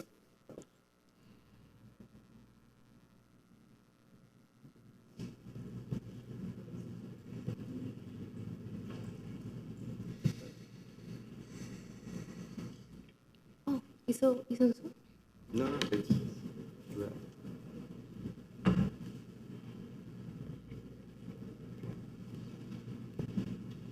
Oh, yeah, there you go. Okay. I'm going to skip the site. George already mentioned the location, the zoning of it. And what we've done working with, and this is the site plan, and you'll see that the project is oriented primarily to face Ponce de Leon. And what we've done in working with the residents, we have limited and eliminated any access to the residential development all along the Avila and Bobadilla on the back side. So everything is internalized. What we've done, which is very important, we have incorporated all the drop-off internal, so we don't spill into the adjacent neighbor streets. It is a problem. So what we've done by internalizing the drop-off here, concentrating it, we have probably between 6 to 8 cars that we could drop off. We have incorporated a basement that is going to go down, and we have a secondary egress point that is going to be a little bit further south on Ponce to have a nice continuous flow of traffic concentrated and within the building.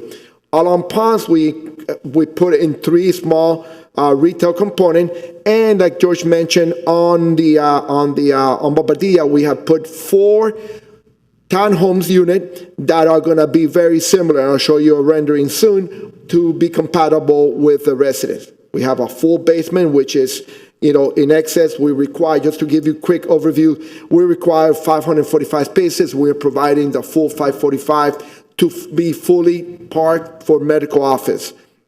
And the residential, I'm gonna go back a second, because we do have some garages that are very similar to the residential, but the townhome could also park inside. So we have the excess parking inside the property, inside the project.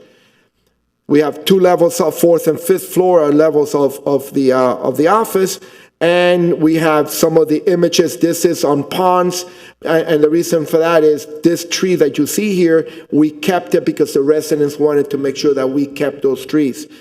This is a view as you go north on Ponce de Leon. You see it's a Mediterranean building. We went through the Board of Architects. We got it approved. Everything was very, very welcome.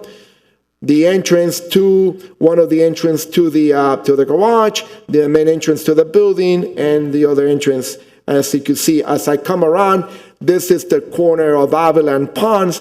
What we did, there was another large tree there that the residents wanted for us to maintain. We carved the building to make sure that that tree will be preserved and maintained. This is, as I'm going now on Avila to Bobadilla, is where we introduced the townhomes. That you can see, the idea is to, and just gave you a view looking down south on Bobadilla. You got the single family on the right side, you got the rest, the townhomes on the left. And what we did is we pushed the commercial building back to be away from the line of sight from the residential units. In addition to that, you will see it as I go. What I did is put the townhome. We added a landscape buffer above to further block the view of the building for the residents. Let me stress that all the residents across the street are in favor. They're really supportive of the project. This is the corner where I put the plaza to activate that area. And another shot of the townhome from the adjacent, the residents across. That's pretty much describes the project. With the rezoning, we will be allowed something about 271,000 square feet of FAR. We only have 118,000. We're like 1.2 FAR. So we're way below the possible maximum that we could reach. That concludes my presentation. If you have any questions, be more happy to answer them. Thank you very much. So I think Robert did a great job. I just wanted to also personally thank Evelyn, Vicky, and Zuli, who are here, as well as Anna Maria, Frank, Steve, Odalis, and Mario, who couldn't be here with us today. But these are residents that really, over the last 2 years, have made themselves available to meet with us. We've met many, many times, changed this project many, many times, and I really think their input has made this project better. As Robert mentioned, we have a recommendation of approval based on the Mediterranean design of the project, even though we're not using Med 2 bonus. We also have a positive staff recommendation, which has all the conditions regarding streetscape and traffic calming that we've agreed to. And we also are proud to have gotten a unanimous recommendation of approval from your Planning and Zoning Board, which is no easy feat. I know there's several residents that want to speak, and you have a long agenda, so I'll wrap up my presentation, but our entire team is here to answer any questions. Thank you. Thank you. Madam Director? Good afternoon.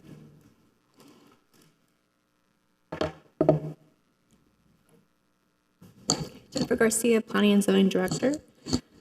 Let's see. So as we know, the site is an odd-shaped site just north of H Street off of Ponce. And as an aerial looking at that, you can see the service parking lot that's on the west side of the block, facing the single-family residences on Boveda. And it's a view looking southeast. So the history of this area is quite unique. It was platted in 1924 to be commercial uses, and we have a use map of 1930 that shows that green color to be commercial uses. And then later in the late 30s and then 40s, that whole area was rezoned to be single family, most likely because of returning soldiers from the war. So since 1946, this block has been both commercial facing Ponce and residential in the back facing Boveda. You can see the current zoning map on the right side there. So there are 4 requests.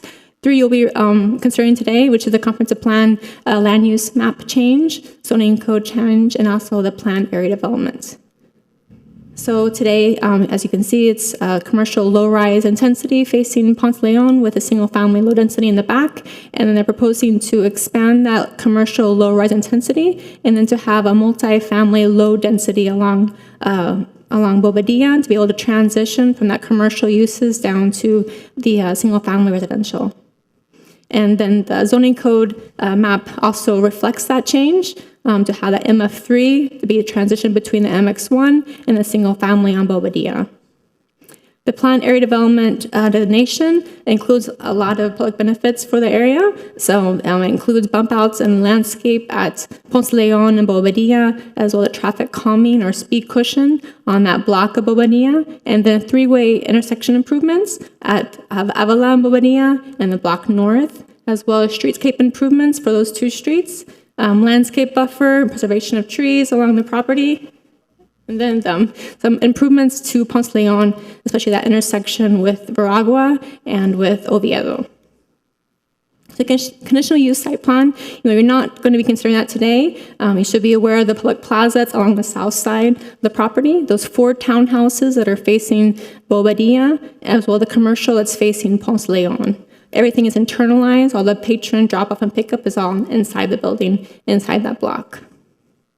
As was said, the FAR is 1.49 FAR for the mixed-use 1 section of the property. The building is only 61 feet high or 5 stories, mostly through 4 stories. 4 townhouses facing Boveda and the commercial facing Ponce Leon. They have 20,000 square feet of open space and 545 parking spaces on that block.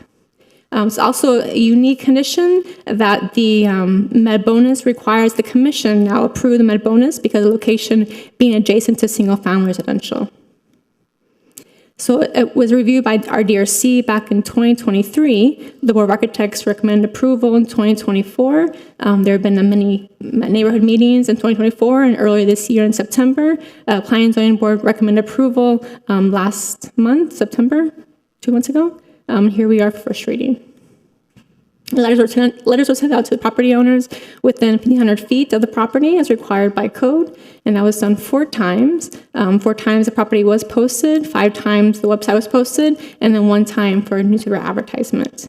So staff has determined that this is consistent with the goals and policies of the comprehensive plan. Recommend approval with conditions. Those are laid out in your packet, but highlights of those is that the maximum height cannot exceed 5 stories or 61 feet, 4 townhouse units along Boveda, the public plaza located on Ponce Leon and Boveda, intersection improvements at Boveda and Ponce, as well as Avila and Boveda, and then Ponce Leon, Oviedo, and Veragua.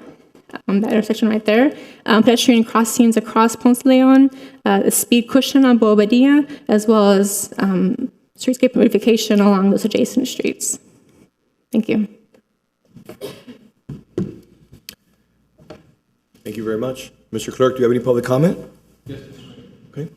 First speaker, Maria Cruz.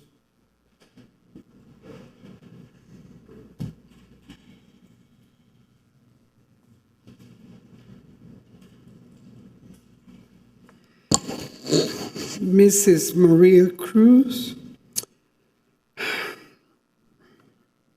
here we go.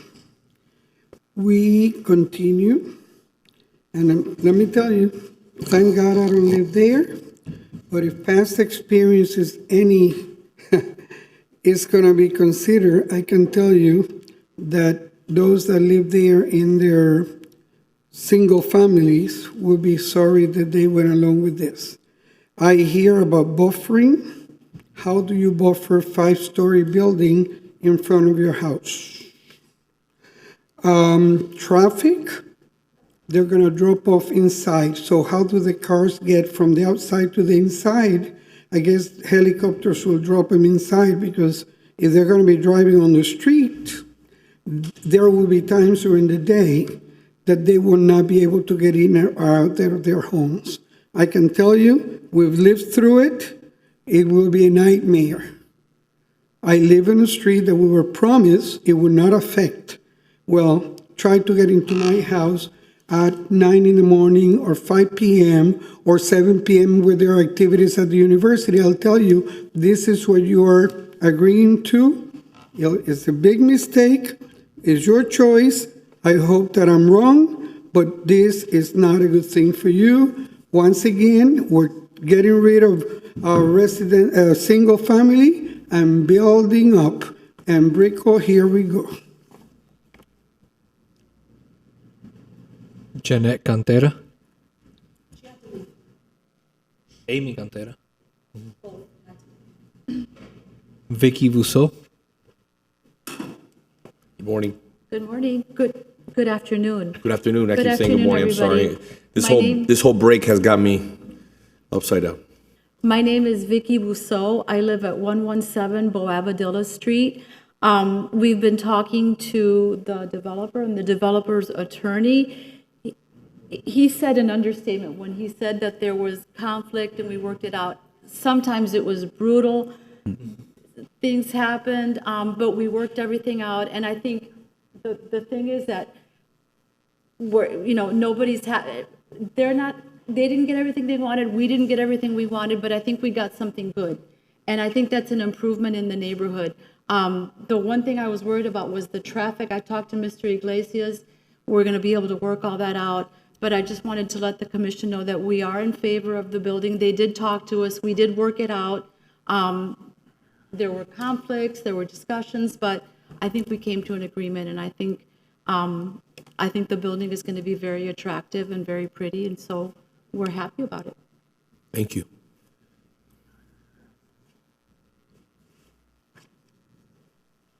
Mr. Clerk? That's it, Mr. Mayor. All right. Perfect. Before we move on, I'd like to just mention just a few things on the record that I'd like to see between first and second reading, correct? Okay. I want to see a real detailed breakdown of traffic calming that is signed off by the residents. Okay. I'm in favor of the project. Okay. I think we've held probably 10 meetings in my office between residents and applicant, architect to find consensus. Probably I don't want to, 3 years, 4 years we've been working on this? Yeah, we're going on over 3 years. So this has gotten to the point where we have built consensus between the resident and the applicant. And I think this is a good example of what can be done in a positive manner to design something beautiful that is complementary to the neighborhood. So what I want to make sure in between first and second, I want to have the director and the manager address it, is make sure that we have comprehensive traffic calming. I know you're going to tell me, Vince, the road, it may not allow traffic calming. I want an answer from the county. I want to make sure that we're covered to have traffic calming, okay? Sidewalks that need to be addressed in the neighborhood that are not taken care of, that could be missing. I want connectivity. I'm not going to tell you which sidewalk it is, because even though I've walked the neighborhood dozens of times with the residents, I want to make sure it's taken care of, okay? Trees on the median. I want to make sure that there's trees on the median, okay? And there's landscaping, and it looks beautiful, and it's up to the Coral Gables standard. Just because you cross 8th Street doesn't mean that, again, it's a different community. It's Coral Gables. That's why I purchased and I negotiated the park at the entrance of 37th Avenue to have a beautiful entrance feature. Okay. Mr. Manager, I know we have some plans for the other park that's there, that's existing, landscaping and stuff that we put into the budget, correct? Yes, Mayor. Okay. I want to make sure that's comprehensive. I don't want to put more pressure on the neighborhood and then the neighbors feel that they didn't get, their just due in regards to the agreement. So I want to see these things before second reading. I want to sit down with you, the applicant, and one representative from the neighborhood, and I want to make sure that we address these issues. We're not going to stop traffic. The whole goal is to slow people down, to make it friendly for pedestrians and for bicyclists, families. We understand. Sir, what is the current zoning? What is the current zoning on the property? The current zoning is MX1 and SFR. Which is MX1, what does that mean? That allows up to 77 feet in height with Met bonuses and a FAR of 3.5. Okay, there's a reason why I bring that up, and I want the commission to be clear when we say this. In typical fashion, the previous speaker misspoke, misleads based on an agenda. This is not residential, okay? It's not residential. This is a commercial piece of property. Correct. And at the end of the day, something's going to be built here. And what was proposed years ago was a much larger product, and it didn't have a liner of townhomes. And you worked very extensively along with your architect with the residents, because we had a lot of these meetings here in my office. Okay, so I want you to do me a favor, please. I want to see a detailed breakdown between first and second reading of traffic calming that's being proposed, what we can do. Okay, if there's a county issue or a state issue, let's find a way. Let's get on the horn with Raquel. Let's really work this out, because I think it's an opportunity to do something good. I know the answer is going to be, it's a county road, we can't do this, we can't do that, fire trucks, I get it, but there's a lot of traffic cutting through this neighborhood. Yeah. Okay. Through the mayor. That's number one. Number two, trees on the median. I want to see beautiful trees on the median. They have some beautiful oak trees in that neighborhood, but I want to see something nice. And I know we can't afford to have huge, majestic trees put in there, but let's put something that the residents feel comfortable with, that's happy, that brings some shade. That neighborhood needs shade. I think you want to see it on both sides of the street. And that's what our plan is, but we'll come back with a more detailed I plan want a of real exactly detail. I what's want to put it on the proposed. record. Yeah. I want to put it on the record. That's what I want to have between first and second reading. The third issue is I want a real analysis of sidewalks. If there's a missing sidewalk or a connection, for example, we had a lot of that in the neighborhoods. Remember, we've been tackling it for the last 4 years, where you had a simple sliver of sidewalk that just ended and it didn't connect to the street. Let's make sure that we have those little pieces of sidewalks. We're going to have to do it anyways. All those sidewalks are going to have to be redone anyways, so the cost is minimal. So I just want to make sure that we meet those needs. And if anything else on my colleagues feel necessary, that is a good point to put down in between first and second reading. I'd like to see that just presented by you, but I'd like to have a meeting on that with one representative from the neighborhood. Is that okay?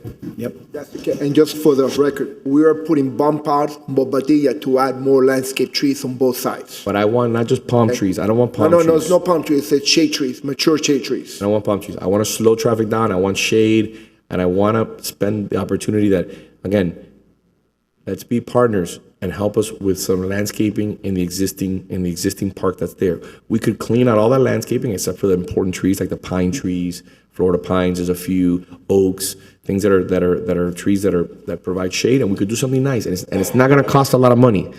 It's not going to cost a lot of money. It could be something really beautiful. Madam Vice Mayor. Yes, I too I've lost count of the number of meetings I've had with residents. We started with the reality that the current zoning requires the traffic to exit onto the residential street, not onto ponds. So I think we got a good result here by requiring that not to happen, because you wouldn't want that kind of traffic entrance and exit directly in front of your house on Bocadillo or Avila. And that was a major piece. The first iteration of the project had, an exit right on Avila. And measures were made, and the building was massaged to be able to save a specimen oak. And there's other concessions that have been made as well. One of the things that I'd like to see addressed between first and second is there was discussions with these multiple meetings that we had with residents about some bump outs and trees on Baragua on the Douglas side and on the Ponce side. And there's this area that really there shouldn't be any parking, and perhaps we could do something nice with the landscaping there. Extend that median on the street further south is a possibility too, to prevent crazy left-hand turns that people do. I can't remember the name of the other street that's a little further south of it's Oviedo. Veragua. Huh? Oviedo? Oviedo? Yeah, I figured you had it memorized. You've been dreaming this. Spoken with the neighbors in that area, so. Yeah, so I think there's some beautiful stuff. And I know Dina is going to remind you, if I don't, irrigation. Nothing's going to stay pretty in that median if you don't have irrigation there. So we need to make sure that there's irrigation as well. So thank you for being so thoughtful and patient with the residents. They're a very robust group, and I think their efforts have paid off to get a project that will enhance the neighborhood. Through the mayor? If I may, I'm sorry. I could definitely I laugh because I've seen this been going on for the last 4 years, and I love the relationship that your architect has gotten with the residents. Actually, I gave her a drawing. I autographed it. It's good. I've made 3 new friends. We unified East and West Germany. All right, we unified. We're together again. Yes, Mr. Manager. Thank you, Mayor. Thank you very much.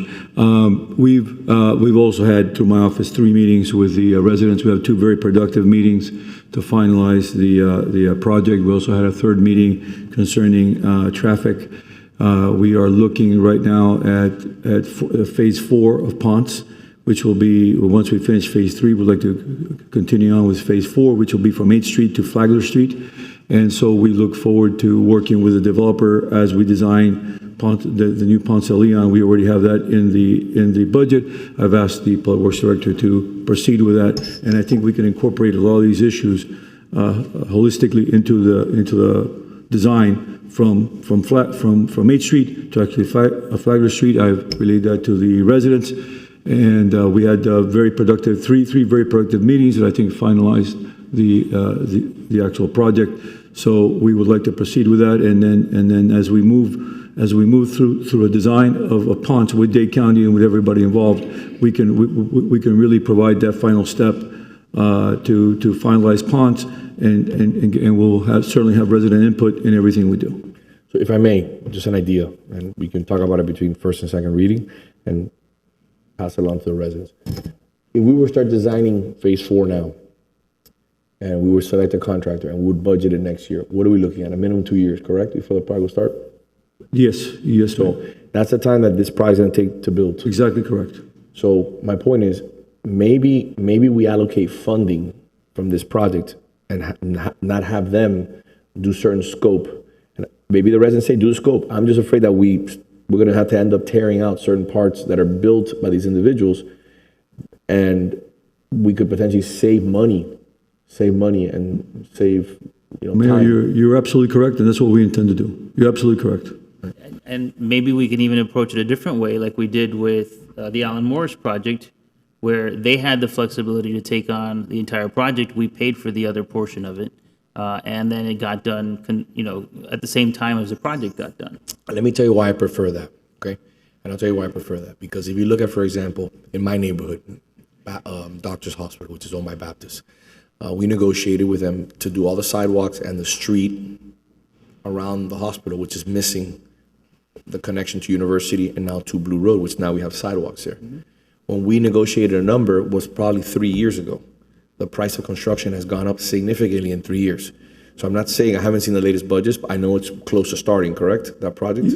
Yes, Mayor. And by the way, Mayor, on this project, we also have mobility and impact fees that are coming that we could use for that. But I just want to make sure that we don't put a number, for example, maybe what Commissioner Francis said is the right path to go. Because we put a number, say, I'm just giving a random number, okay? $1 million, $500,000 in regards to traffic calming, trees, sidewalks, different things.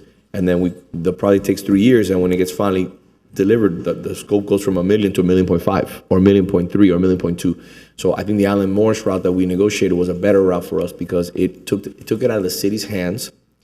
It brought accountability to the developer in the sense of they can move quicker and they can do it a lot cheaper than us. Okay, that's the facts. The private sector does it cheaper and faster. So those are things that I want to talk about between first and second reading, define a scope and define a way to deliver that so that we can make the quickest impact on the residents, starting with the park on the entrance feature on 37th Avenue and running all the way down phase 4, which I think will be transformational for that neighborhood, really transformational. At the same time, it also ensures that it's finishing about the same time, because then you have your project finished, and then we're starting the roadway a year and a half later, and the neighborhood has construction now for, 4 years, 5 years because of cost overruns or whatever it is that delays it. So I think that if we can figure out a path that makes that work, I think it's great. I'm going to miss our 7 a.m. meetings at the park that we had many times, going over plans and figuring out what the best things were, creating a list. But both sides work together, and both sides work to find a solution, and I appreciate that. We had a project here recently, and it was the talk about the trees that were not being saved. You guys found a way to shape your project around the trees that needed saving, and I commend you for that. And I think that's something that developers should really look into going forward, on ways that they can save some of our older trees in our properties and find ways to design around them. And I think you did a phenomenal job doing that, especially that corner. I know that's more expensive for you. I know that removes office space that you were counting on. But at the end of the day, it's going to create a project that is better, not just for you, because you have that beautiful tree that's staying there, but for the community, because now there's a buffer. The townhomes, I think, are going to create that buffer from those neighbors across Bobadilla, where they're now looking at residents who are going to be there, not necessarily the building. And the landscaping that we talked about many times, that'll protect those neighbors across the street from having to see the upper stories of the building. I think that's going to add to this neighborhood. So I really commend you on the work that you've all done. The dedication and hours that all of you have dedicated, and Frank and Ana Maria and everybody who has dedicated to this project and making sure that it's the best for the neighborhood. And I think it's a really a big step up for the neighborhood. And if we can tie it in with our streetscape for that area, with our sidewalks for the area, with our trees for the area, this is going to be one of the up and coming neighborhoods in our city that for many years you have felt neglected. You are now the focus of Coral Gables, and thanks to the developers for their commitment to make that happen. Through the mayor? Yes, sir. So I want to echo Commissioner Fernandez as well as the mayor, and it was very well stated, but I feel I need to say something as well, because this is one of those rare moments that eminent professionals such as yourselves, Mr. Navarro and Mr. Behar, but these three ladies, I've had the great pleasure to meet with them in my office on more than one occasion, and you all are a force. However, respectful, passionate, polite, determined, right? You to me embody what all the residents who feel deeply about the love they have for the city put it into action. And you've achieved quite a bit. So I commend you, and I commend you all for being preeminent in your fields and doing what you had to do to make what looks to me so far to be a fantastic project. And just like Commissioner Fernandez said, it's like the hot spot right now in Coral Gables, the focus, right? And like the mayor said, shade, and like the vice mayor said, don't forget the irrigation. I agree with you. There's a lot of concrete. There has to be a median. There has to be, in the median, there has to be landscaping. Things that are not that expensive. We're not talking about permanent infrastructure, things that will pay huge dividends in the future. I promise you, it's going to transform that community at the end of the day, also raising your property values. So I want to, again, and before we take a vote, I wanted to thank you for spending the time, all parties involved, staff, amazing work by staff, amazing work by Jennifer, the managers, the director, the manager's team, building consensus. I can only imagine how many meetings you had with the residents and obviously the applicants. So, and the board, what was the board vote on this in the Planning and Zoning Board? It was unanimous. Okay. So to correct the record, this is not a residential piece of property. That was said before. This is not Brickell. The residents are happy, and it was a 7-0 vote. Okay. Anything else for the good of the order? All right. Well, I will entertain a motion on E2. I'll move it. I'll second. Vice Mayor Anderson, Yes. Commissioner Castro, No. Commissioner Fernandez, Yes. Commissioner Lara, An emphatic yes. Mayor Lago. Yes. Moving on to E3. I'll move it. I'll second. Commissioner Castro, No. Commissioner Fernandez, Yes. Commissioner Lara, Yes. Vice Mayor Anderson, Yes. Mayor Lago. Yes. Moving on to E4. I'll move it. I'll second. Commissioner Fernandez? Yes. Commissioner Lara? Yes. Vice Mayor Anderson? Yes. Commissioner Castro? No. Mayor Lago? Yes. Moving on to E7. E7 will be considered on next meeting, Mayor. Perfect. All right, Mr. Clerk, you need to update my spreadsheet of the development projects. For the first time in over 2 years, we do not all agree on a project, even though the residents are in full agreement of the project and where it's at today. So thank you very much. Thank you very much, and we look forward to working between first and second reading on those items. Bring me all the items, okay? Please, bring me all the items. Thank you. It's campaign season. All right, let's get going. We got a lot of stuff on the agenda today. Moving on to, is it 2 p.m.? Let's go to 2 p.m. time certain. Mr. Clerk, correct me if I'm wrong. Yes, sir, you're correct. A6.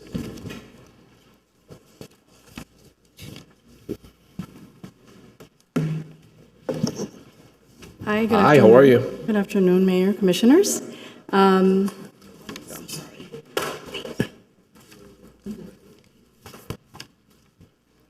This is a presentation, this is a proclamation declaring November 29th, Small Business Saturday in Coral Gables. This is something that we do every year with our partners at the Chamber of Commerce. We have Jorge Arrizurrieta, I said it right, here with us if he wants to say a few words, but this is a great time to really show our support for small businesses, and it happens on the Saturday right after Thanksgiving. George, Mr. President, please join us. Sorry if I was And we do have your being a little proclamation. forward there. And- How you been? You been well? You look good. Thank you, sir. Um, Amazing what work does to you. yeah, Keeps you young. you're skinny. You got to eat. I wouldn't overstate that, but I'm less heavy. There's some good restaurants in the Gables. By the way, can I tell you something? I am enjoying your updates that you're giving on a weekly basis. I think they're really well received. And I recommend, I mean, just my opinion, but I think that they're providing a lot of input and guidance and kind of exchange between the members of the chamber, the residents, and obviously the chamber. So it's a good window. It's a good window, and I think you've been doing a good job on that. Only been 45 days, so more to come, more to come. Who's counting? Who's counting? Not me. Right. So what are we doing on the Small Business Saturday? I've been to all of them. It's a great opportunity to celebrate with the chamber, and tell us a little bit about what the plans are for the chamber and for the city. So as you might know from historically, the chamber has always celebrated Small Business Month, which culminates with Small Business Saturday, which this year it'll take place on November 29th, and we're going to have an event of sorts that will allow our members to participate. Obviously, our smaller business members, our retailers and our restaurants, and the whole category of small business in our community, which, as you probably know, is the great majority of our membership. We can get easily carried away with multinationals, which they are important, not to mention headquarters for Latin America of Fortune 500 companies, private companies, no different. But at the end of the day, the bread and butter of this chamber is small business. So for us, it's a great opportunity to, in essence, highlight the heart and soul of our chamber and of our city. So that'll take place on November 29th, Saturday. Perfect. Okay. Madam Vice Mayor, you have a proclamation? Yes, I do. I do. And with great pride, I'll read it in, and I'm looking forward to Small Business Saturday. It's always a wonderful event. Whereas small businesses are the backbone of our economy and play a vital role in the character, prosperity, and vibrancy of the city of Coral Gables. Whereas the city of Coral Gables recognizes the importance of supporting local businesses, helps build stronger economy, fosters job creation, and preserves the unique charm and cultural heritage of our community.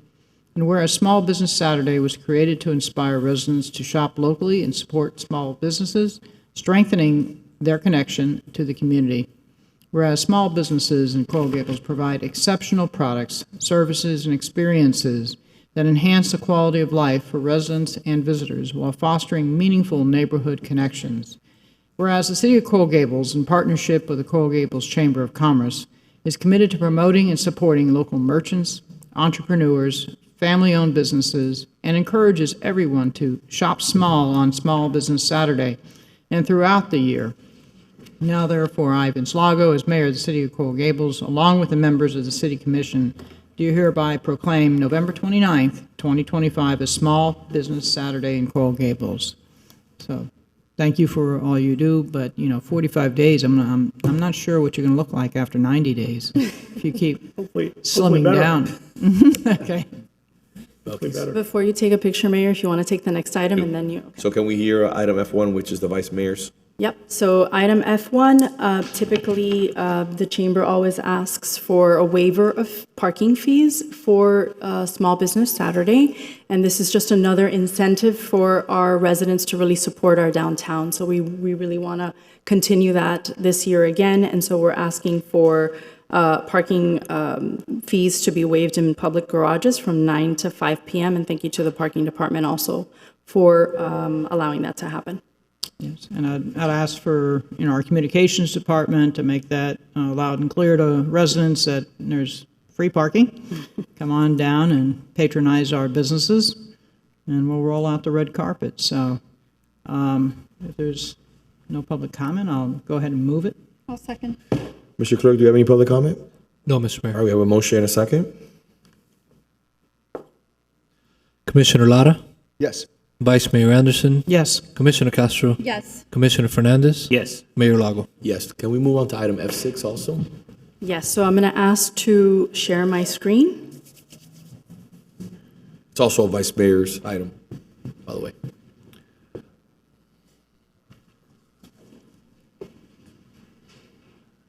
And thanks to staff for working so hard on this. Oh, there it is. Okay. It's there. I will take it. So this is an item that the Vice Mayor had brought up last commission meeting, trying to address the vacancies that we have on Miracle Mile. And so we came up with a pop-up guide, some guidelines for a pop-up program on the 300 block of Miracle Mile in specific, because that's the one that has the most vacancies.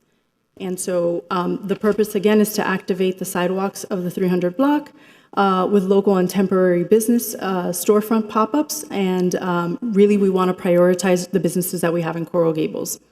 The eligibility, as we see it, is that you should have, first priority will be given to the businesses that are in Miracle Mile, but in the 0, 100, and 200 blocks. And they can then activate that 300 block. Second priority is the brick and mortars that are in Coral Gables, and then everyone else. So what we are looking for is retail, anything that has to do with art, any makers, and not restaurant, because we do have a good amount of restaurants on the street, and we do think that that would be a little messy if we do something like that. These are just the display requirements. We have certain requirements because we want to keep it neat and tidy. So there are no tents or canopies, but we do invite umbrellas. There are no electrical hookups, but there is a possibility of bringing any battery-powered lights. And everything should be freestanding. You bring it in, you take it down. There are no generators allowed. There's no amplified music. We want to mitigate the fact that we don't want any cords on the sidewalk that could impede some tripping hazards. The operating hours. So we are planning on doing this from now to January.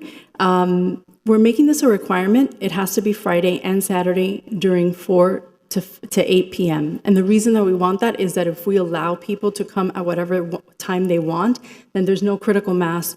There's nothing for people to go at a dedicated time to be there. So that's why we want to do some PR around it, and that way we have a time frame to do it. We, again, the 300 block, will be giving out the vendors a 10 by 10 area, and they must keep a 6-foot clear pedestrian walkway, which is really easy to do on Miracle Mile. And then we want to look and see what type of merchandise they're selling, and we will place them based on what we think they would do well. The fee structure, we will be offering a rate of $250 a month. There is a discount. If you are on Miracle Mile, you will get a 25% discount, so that would be a $200 fee. It is non-refundable. There is a special events application, so very similar to the application that you currently have when you go through special events, and the fee will be due when you submit that application. Just wanted to let you guys know that we did put this in our business report. I hope all of you are getting our business report for our businesses. And we had it listed there on Monday in the afternoon, and we've got 4 already people that are interested in participating. It's a great report, by the way. Congratulations on that. Excellent work. And then the last one, there we go, sorry. So this is just the process. You apply, you complete and submit that special events application. You need to submit some pictures. We want to see a sketch of what you're proposing and the merchandise that you're selling, and then you will go to a special events committee, that's where we will review your prospect or what you're proposing, and we'll provide the necessary approvals. And that's it. So with that being said, I also wanted to mention and talk to the president here that we will have our yearly fly-in to advocate on behalf of the state legislature and the Senate. The commission will be joining me. We had to cancel this trip, obviously, as a result of our schedule today. And I think it would be a good opportunity to continue to work hand in hand with the chamber the first week in December when you have the fly-in. So I'm looking forward to that, and I'm looking forward to being able to step out with you and my colleagues to truly do what's in the best interest of the city and our business community. So I welcome that. Look, things are great. I think that right now in the business community, I think the report is very positive. We have work to do, as always. We can always get better. But I think that people are looking forward to the holiday season, and they always are. But I think that there's a spirit in the air. People want to come out. People want to go out to dinner. They want to spend time with their friends or family. It's been an interesting year. And people are excited about coming to downtown Coral Gables. Mm-hmm. And so I'm looking forward to the chamber, to the city, to everyone coming together just to deliver an exceptional holiday season, to really have an amazing Christmas. And I want to see the city promote as many events as possible as we do, but just to draw as big crowd as possible, from the Christmas tree lighting to the Hanukkah celebration to the menorah lighting. All these things, again, are just the nativity beautiful things. The nativity scene, which I'm going to talk about later, which I think is a great opportunity. Things that, again, this is a time to be incredibly grateful for who we are, what we have, and 100 years of the City Beautiful. So, and we're blessed to have you here, very blessed. So I want to congratulate all of you for your hard work, and I think that we need a resolution on F1, correct? Yes, F1 is a resolution. All right. Yes. We did it already. We did already? We've already done. Okay, so we have 3 items. We just wanted you guys to know we already that did. holiday decorations are going up already. I There you hope go. you've seen them. There's a lot of beautiful bows that are on Miracle Mile already, so we should be done in the next 4 days. F6 doesn't need a vote, and we'll get it. We'll take a photo for the proclamation. Yes, sir, of course. If I may, Mr. The Mayor, floor. first and foremost, thank you, Madam Vice Mayor, for sponsoring this small business pop-up pilot program. I think it's one of many examples of what this commission has done throughout the years for business in general, but especially for small business. It's, from our perspective, there's no greater stakeholder in our city to this chamber than the city is. It's among the top, I'd say, if I were to number them, 5, with the city being at the number 1 spot. So from our perspective, to have you support business this way is a great, it's something that we are incredibly indebted and appreciative of. The mayor mentioned our fly-in to Tallahassee, which will be December 2nd and 3rd. That is no different an opportunity for us to show collaboration, to work together. There are issues that you have that perhaps we don't have, but that we're supporting, and vice versa. Working with Chelsea and your team to make sure that we have that completely integrated so that the message we send when we're there those 2 days is a unified message, because I think that's for certainly both organizations' benefit, but certainly for the benefit of the residents of the city. So I'm excited about continuing the good work, and I'm very thankful, and I convey that on behalf of the 1,600 members of this chamber. Okay. Thank you. Let's take a photo. Take a photo, and Race thank it. you for all the work you've done and the synergy between the city and the chamber. Absolutely.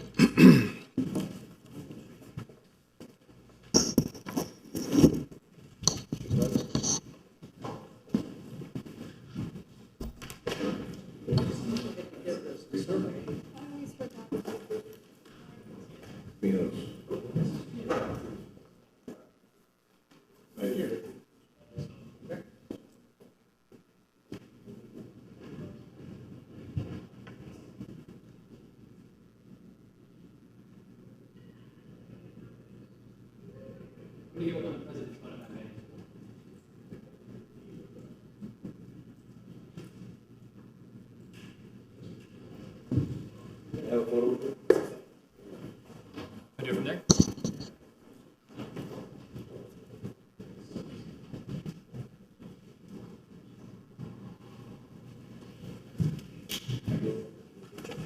Appreciate it. Mr. Madam? That's for you. Yeah, I'm sorry, I think I was.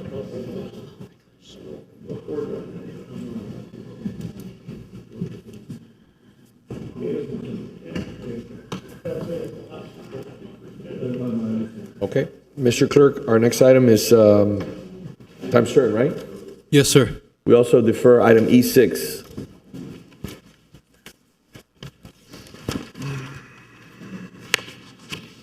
Six is deferred.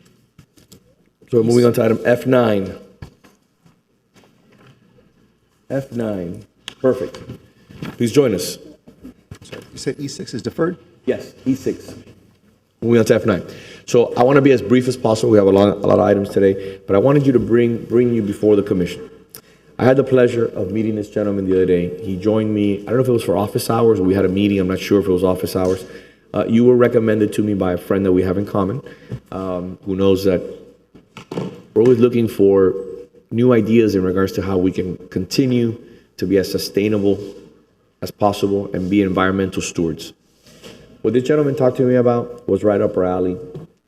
This community depends, lives and dies by our water. If we don't have water, clean water to drink, again, we cease to exist. I think every community does. It's a lifeblood, correct? Yes, sir.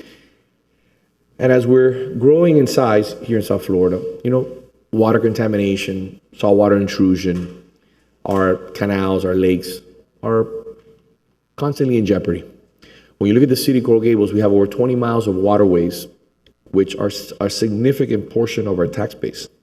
So having clean water is critical to having a healthy tax base. It goes hand in hand. So I'd like for you to talk a little bit about the invention that you've produced and what you need from us. So hopefully we can come to some consensus and find a solution. Sir, the floor is yours. Basically, if you permit me, we brought a sample case. Can you say your name? My name is Richard Ricardo, a resident and the inventor of the process, which is basically an open aquatic sensing inoculation system, which basically takes the pollutants in our waters, kills off any pathogens, and generates oxygen. We have been trialing it by putting it in the water in Dinner Key. It's 8 by 8 feet. It fits on a trailer. And basically the fish jump up out of the water because they're not used to having oxygen. And the other thing is that I don't mind my daughters going in there because I don't have to worry about them coming out with flesh-eating bacteria. So what we're requesting is that this science that's taken us almost a decade, and we've got a lot of support. This is actually your tap water that, if you look at it with a laser, you can see that it's converted to oxygenated water. And by the way, before you do this, okay, I've been reading a little bit about this. I have a lot more to go, and I want to be very candid, okay? I think this is so cool that I even told him I want to invest in this, okay? And I thought it was not real. So I wanted to show you an opportunity that's something that we can do here in our own backyard. It's going to cost the city nothing, and what could be the outcome? Clean water. So I knew the vice mayor was going to like this too because she's into all these nerdy things like I am. I mean, one of the most important things. It's cool. I think this is super cool. No. I love all this technology, like all this engineering. I think it's great. No, I think it's very cool. I'll chime in here in a minute. Of course. Look, what's this? Let him finish. One of the most important things is that I've got a lot of children and grandchildren. So basically, this is taking our tap water and filling it with oxygen that doesn't evaporate. It stays in the water for 3 to 6 months. That's the science. Since it stays in the water, I had a daughter with bleeding gums, stop bleeding. I mean, basically, oxygen cures everything. We have a lack of oxygen in our water. That's why it smells bad. The introduction of oxygen that stays in the water as nanobubbles for long periods of time, no maintenance. We run the thing on a solar panel. We're only requesting a place that we can park it because every day we have to put it in the ramp, take it out because it's not a boat, so nobody knows what to do with it. Wildlife from Florida, they love it. They took pictures with me. They said, wonderful. Something that makes it safe for our kids to go in the water. That's all we're looking for, is some kind of location that we can put it in, collect data. already certified that we pulled mercury out of water. How cool is that, you know? And lead. So if we can pull out microplastics, mercury, PFAs, and lead, let's prove it to the world that it came out of Coral Gables. This is where it started. From a resident. As a resident, it came from here. Madam Vice Mayor. So, got a few questions for you. Looks like you have charcoal, right? It's not charcoal, it's graphene. Graphene. Can you explain a little bit what graphene is? Yes, basically we take, you can pass these around up there. I brought samples for you. You can take the wood that's required to cut from the power lines in order to keep the power lines free from hurricanes. We take that wood, has to be fresh, can't be dry. Instead of mulching it, we take that wood and we convert it 3,000 degrees into this graphene that doesn't weigh anything. It's 99% air. It doesn't decompose. It's been in orphanages in Africa for 7 years without replacement. So sort of like charcoal, but it's not greasy. You can eat it. No, I didn't say it was greasy, but it's sort of a similar process. The difference being that without getting into details, that charcoal. Charcoal's the result, yeah. It clogs very quickly. It does. And it's been running for 7 years. Yeah, no, I can see that it's super porous. it's not as, yeah, charcoal's very porous and you have to change it out. And then you have a light in there. UV? This is UV, but the UV was just to kind of just show you how this light, which is infrared, shows you, see all the sparkles? That's oxygen. I know. And are you using ozone? I'm using ozone, but the only reason that it works is because the aquitron neutralizes the ozone and turns it into oxygen. Oh, no, it's just difference between O3 and O2. Break the DNA in viruses with the ozone in 1 millisecond. We then neutralize the ozone from the environment in 1 millisecond, because we do 25,000 gallons an hour. That's pretty fast. Oh, no, I mean, ozone's used in cleaning pool water. It's used for... It's not something that's unproven. It's also used for wound therapy. They put it in a bag. I had a client that did that one time. His only problem was he didn't pay his taxes.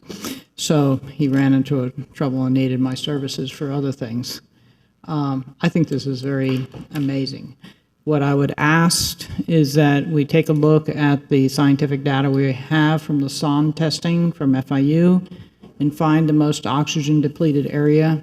My educated guess is the areas with the least flow, maybe the Mahi Canal, something like that, that are dead ends. The dead ends. There might be others that are better qualified. There was something Put it there. that smelled so bad. I know.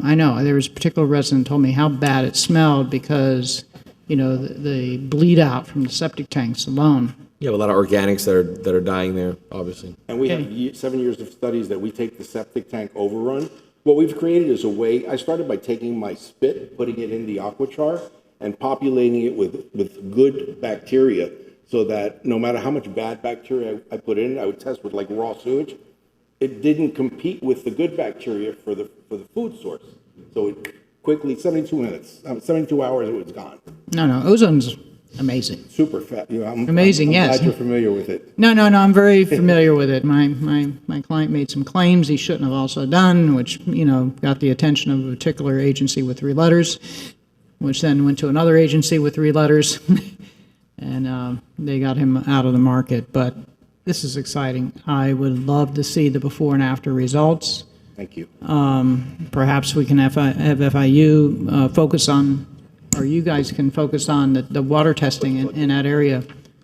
If there is not a SON there for do the testing, I guess we need a SON. We don't need anything. Everything it's on board. Everything is automated. Everything is on board, so. It doesn't need anything. It doesn't need power. It's all self-powered. I mean the before and after testing. You just basically, like I tell people, just go down 10 feet and test the water that's not next to it and test the water coming out of it. It's got a central waterfall that you can just constantly, 24 hours a day, test the water. It's like it's pretty immediate, because we figured out that it would take us 214 days to turn over all the water in Key Biscayne. So we have a project to try and raise the funds through our foundation on our profit to clean Key Biscayne as a demonstration to other cities that it can be done. So maybe we can run the experiment a step further, and after this, it reintroduces the oxygen. and the turbidity is down, and you have good clarity down there. Let's see if we can replant the seagrass in a We section. did that up north and where the manatees were dying up in New Smyrna Beach. And we just ran a small 3-foot platform, and the manatees would come religiously every day to eat the seagrass that we had in floating beds. Excellent. Above the platform. So basically, we were oxygenating the roots of the seagrass, and then we were weighing it down so they would just Sink. exactly. Sink so they could dine and then come back. Because they couldn't reach the food while it was floating, so I had to put rocks on it so it would sink down. So it sink down. But they came back every day because I told the people, stop feeding them lettuce. You're going to poison them because the lettuce has salmonella and a whole bunch of other things. Yeah, and if it's not the right lettuce, you're not really giving them any nutrition anyway. You're just filling them up. But yeah, I'm excited. Thank you. Do we have to move on this? Or? So we will now. Commissioner Lara? Yeah, this sounds very exciting, Mr. Ricardo, right? So in Gables Estates, I'm aware of where the canal or the water sort of comes to an end, like a dead end, like the Vice Mayor was saying. And like, it's an unbelievable stench that happens sort of seasonally when it looks like you can almost walk on the water surface because it's a gathering of seaweed, dead stuff, I guess, right? And then this terrible smell. I'm assuming that there's an absolute lack of oxygen underneath that. Animals are like fish are dying, and then you have like the sun coming down and just baking everything on the top, and it's like a complete disaster. Does that have any potential beneficial application to at least deal with the smell that might come from that kind of condition that I just described, if you're familiar with what I'm saying, where there's... Yes, we did it over by Monty's. Like, we snuck it over. Okay, nobody's going to say anything. We figured out that it would take 72 hours to get rid of the dead fish smell. It would take 3 days. Because basically, all we did was we just did a quick test and let it run for as long as we could stay there, because we couldn't park it for a few hours. And then people were just saying it's gone. So there's a few, like for example, in Sunrise Harbor, we have some dead ends. Right. And this could be the prime location, the prime You have to understand opportunity. what the smell is. The ammonia being produced by decomposition, we organics. interrupt the decomposition. We break the DNA in the bacteria that is decomposing human waste and dead algae. We break their DNA in two. They can no longer reproduce. Then the good bacteria, we take probiotics, we put it in the aquachar and inoculate the system with, just go over to the mangroves, grab some water that's got the good microbe in it, throw it in the system. Now you've got... So, because we have a pretty long meeting today. So I would like a motion, and I'd like to make a motion. Someone here would like to make a motion on this item. Would it be second the motion? What's the motion? I said, To I moved it. To approve a location for this gentleman that the manager recommends. But I'd also like for you to meet with water keepers, with Rachel I've Silverstein. met with them. They've asked me, and I said, I wasn't ready when I met with them. I met with them 5 months ago. I said, let me finish the prototype, and when I'm done, let's circle back, and we'll talk about storm drains and everything else. But I still want, they're in the city of Coral Gables. They're literally 2 blocks away. They're on Miracle Mile. I'd love for you to meet with them again, especially when we finally get a location to deploy this. And I'd also like to follow the suggestions of the Vice Mayor in regards to the FIU findings and work together with FIU and University of Miami. I think these are 2 incredible resources in our backyard, and I think it'll only help the project. So let's coordinate that. You think you need 6 months to come back? I'm ready to go whenever you guys I'm saying 6 months to come back in the sense of with some results and some data. I think that 2 months will be more than adequate. Come back in 3 months. Yeah, 3 months is fine, because I've got Pompano Beach and other cities that are waiting for our results to be published. Okay, so Mr. Clerk, once we approve something today, can we put an item 3 months from now on the agenda to come back with some findings and have a conversation with industry leaders? We have Waterkeeper, FIU, so we can really, just keep pushing this agenda forward about clean water. There's something that he can do now that would put him in front of all these folks, which is speak to our Waterway Advisory Board, because they have representatives of all these organizations already. So if he can do a presentation to our Waterway Advisory Board, I think, you'll be in front of Miami Waterkeeper, you'll be in front of you'll be in front of FIU. They all have seats on the board. Okay. So it might be also useful for you to know that the living seawalls are going to do a presentation before the Waterway Advisory Board. I mean, the amount of good growth that you can get on living seawalls will be I think we've got an appointment with exponential. them. We have an appointment with them this week. Yeah. They've offered to support us. Maybe we can even tell them to sink a piece down in there in the area that you have it, so they can show. Well, they want to add the powders to the Kind Designs, want to add it to the seawalls that are being put in at our area, the new developments, for the simple reason that they've looked at all the science. I mean, the EPA signed that we took lead out of Lake Michigan's water, so it's not like we don't have some preliminary test results. We have years of testing. And we're a nonprofit, like I said, they can have the powder. Let's just fix the waterways so that we can enjoy them again. Yes. Yes. Okay. Thank you, sir. So we have a motion and a second? Yes, Mr. Mayor. Go ahead. Vice Mayor Anderson? Yes. Commissioner Castro? Yes. Commissioner Fernandez? Yes. Commissioner Lara? Yes. Mayor Lago? Yes. Can we have item E5 and E8 next, please?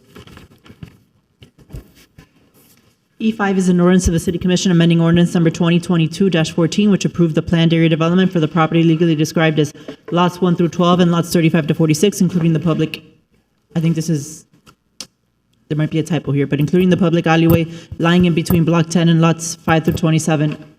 I don't think this is the correct legal description, Mayor, so I'm going to probably have to revise it, but it is essentially the addresses that are 340, 330, 322, 314, 310, 300, Catalonia Avenue, 301, 309, 317, 323, 325, 333, 341 Malaga Avenue, Coral Gables, Florida, to allow for certain work to be completed after the issuance of a temporary certificate of occupancy subject to the terms of a performance bond.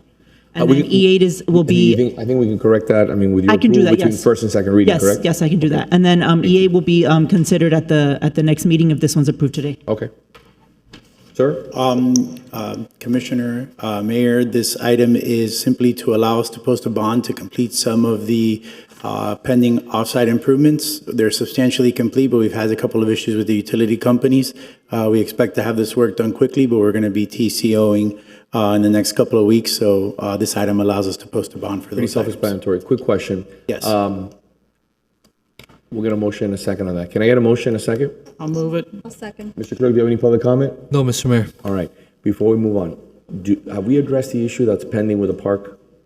With the issue, the conversations we're having with the manager, and we've had multiple We are meetings. working through those, yes. Okay. We've had very good I would like discussions to with your have that manager. on the December 9th agenda, if it requires to be on the December 9th agenda. Does it require to be? It does not. Okay. Mr. Manager, can we get that finalized before the end of the month? We will try, Mayor. Please. Yes. Okay. Thank you so I much. think it's important. No, I want to get it done. That's one of the parks that we were able to do a few years ago, and I want to have it under the control. I know it's the missing piece. I want to have it working under make that control of the happen. city, which I have full faith and confidence in you, but again, I think it's an asset that belongs in our coffers and not yours. We have a Mayor? Yes, sir. There may be a couple of issues here that have involved, and we'll work that out. Bottom line, it's. I love the way he said it. I mean, very direct. Like, it's like he came to me that time with the property in front of Nordstrom's. He wanted to keep the park. I said, "You keep the park. I'm a no vote."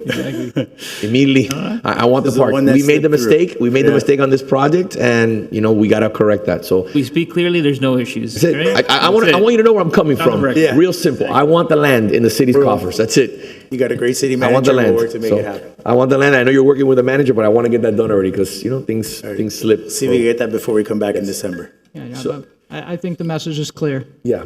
Okay. Mr. Clerk, we have a motion and a second. Do you have any public comment? No, Mr. Mayor. All right. Mayor, if Yes. it's okay, can I just read the correct legal description into the record for this one? you have the correct one now. I have the correct one. I want Right. to just Go read ahead. it into the record, so we'll make sure we adjust the title for next time. But Go the ahead. it's the property legally described as lots 5 through 27, Block 28, Coral Gables Craft Section. All right. We're good. Mr. Clerk, we have a motion and a second. Commissioner Castro? Yes. Commissioner Fernandez? Yes. Commissioner Lara? Yes. Vice Mayor Anderson? Yes. Mayor Lago? Yes. All right. Thank you all so much. Thank you very much. We'll see you on second reading. Now we're moving on to city commission items, right? Did I miss anything, Mr. Clerk? No, sir. All right. The next item is item F2, my item. So F2 is a resolution of the City Commission directing city staff to design on new parks that will be conveyed to the city with the majority of the park to be of landscaped areas and minimal areas for hardscape. Okay. Do we have staff here with us today? Yes, Mayor, I think our plan director should be coming up. Perfect. Well, this is simple. The intent, and as you have been briefed, of this legislation is to ensure that all these parks that I've been working on for the last 6, 7 years in the downtown have green space, are actually green. They're not plazas. They're not extensions of the buildings adjacent to them. We want them to be green. We want people to go and enjoy them. We want there to be shade. So what I'm trying to do right now is make sure that we pass legislation that ensures in perpetuity. I've said 70% of the park should be green space. If you're interested in making it 75, I'm more than willing to listen to you. If you're willing to make it 80, I just wanted to kind of do something that was 70-30, where you obviously you need some hardscape for sidewalks, and you may need some hardscape, for example, for like a platform for a work of art, for a certain area, but just putting it out there, I'm flexible. I just want a lot of green space. So, 75-25 was what I required from Codina, and then I saw some of the drawings, and there actually was quite a bit of surface on there. I think we not only have it green space, correct me if I'm wrong here, we also need shade trees, not just grass. Well, then make an amendment to it. So landscaping is just not a plot of grass. We need adequate shades for pedestrians and so forth. So did staff have an opinion of how much shade? Do we create a shade percentage? Maybe It between depends on first. the species of the tree, I'm assuming, so I wouldn't know off the top of my head what that coverage should be, but. So I'd like our esteemed department for landscaping to make a recommendation how we can achieve a large amount of shade with very little hardscape in there, because what we want is places where people can enjoy the art and go see it, but not have a paver plaza. We've had enough of those paver plazas before, and then no one really wants to occupy them, and you have to put umbrellas in them in order to make them livable. So 75-25 is what we did on Codina. I'd like staff's recommendation on that. Okay. I'm fine with it. Okay. And I'd like to address the issue of shade trees also, please. Through the mayor? Yes, sir. Yes, Vice Mayor, we were looking at approximately 70-30 split on that.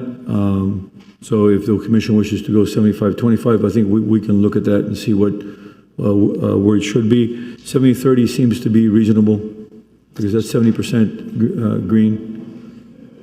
Yeah, I mean, I saw the drawings, conceptual drawings that Codina was proposing. It still has to come back to us. By no means did I think it was necessarily what we wanted, but there was still quite a bit of surface area. My concern is if it just says landscape, it could be grass. Yeah, okay. I think we need clarity and staff's recommendation on having adequate shade areas for people to be able to, you need sun for flowers, but you also need shade for people.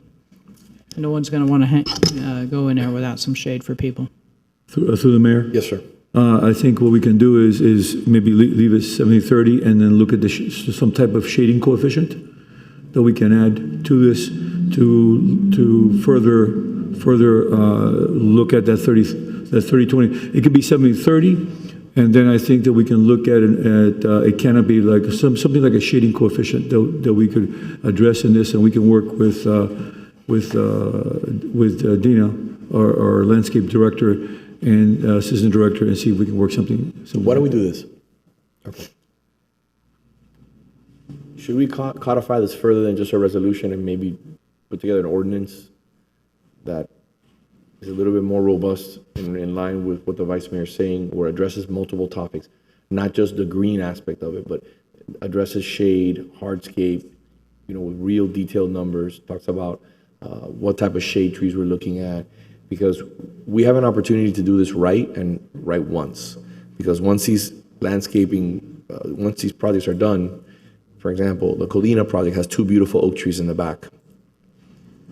Then you have obviously the piece of property, the Nordstrom's property.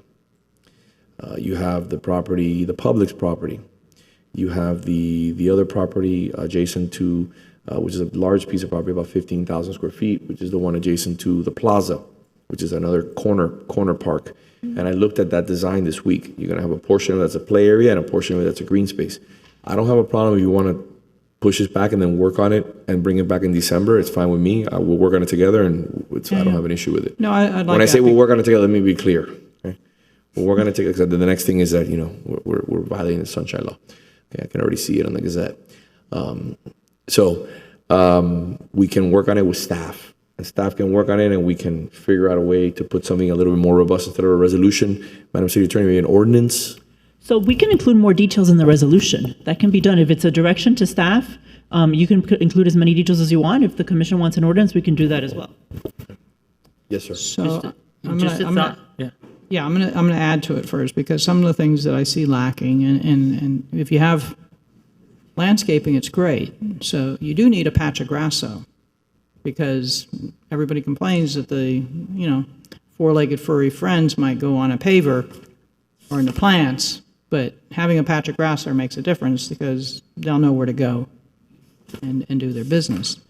So I do want our staff to weigh in on that, to have a cohesive design so that, there's a walking area for pets, there's a walking area for humans, and still you can have the beautification for the ground landscaping and a percentage of shade trees. It has to be a well-planned ordinance that landscape architects are extremely well-versed on handling. And so that's why I don't want to be the one making the final decision on this without with the weigh-in from our landscape architects.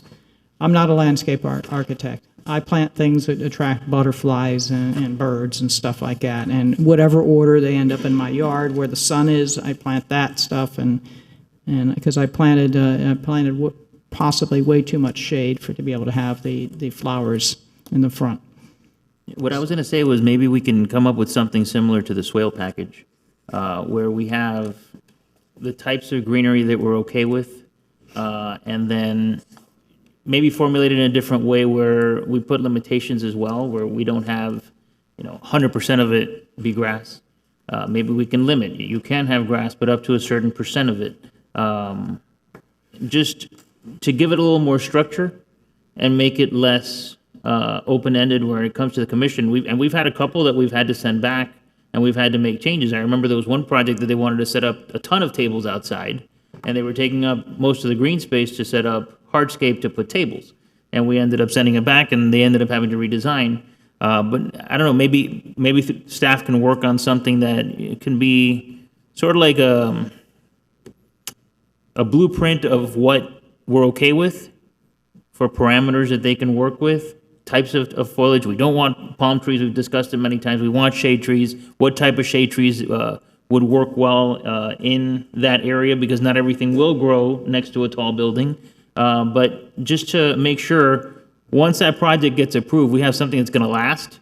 It's not going to be requiring maintenance every other month because it didn't last. So I feel I spent a considerable amount of time with our landscape department. I think we need to unshackle them to determine what can be planted.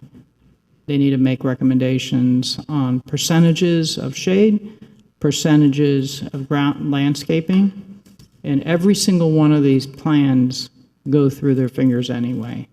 So I have the full confidence that they will look at what the shade is created by the building and what's most likely to grow well there, and not going to be lifting the pavers and creating a trip hazard. We've gotten away from Green Island ficus. We've gotten away from a lot of things. And the only thing I'm asking is in these areas, you allow a little patch of grass for the pets. Doesn't have to be a big area. Okay. Be a 10 by 10 and that's it. So let's do this. Okay, go ahead, sir. Thank you, Mayor. I think if the wish of the commission is for us to look at this, I think we have shading, we have grass, we have landscaping, we have hardscape. We can look at some of those percentages, and also our green space department is fantastic in reviewing all this. Instead of making it so hard as to what has to be used, I think our assistant director for landscape, Dina Bell, is very good at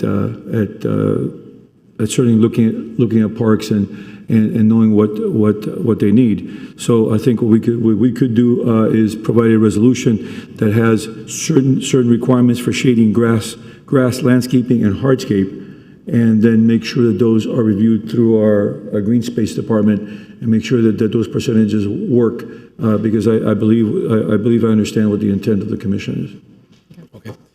All right. So what I'm going to do is I'm going to defer this till December 9th. Okay. Pretty simple. Let's have staff work with the members of the commission, and let's do something, especially Dina. Jesus, why haven't we said Dina's name? Work with Dina, work with our zoning director, work with our public works.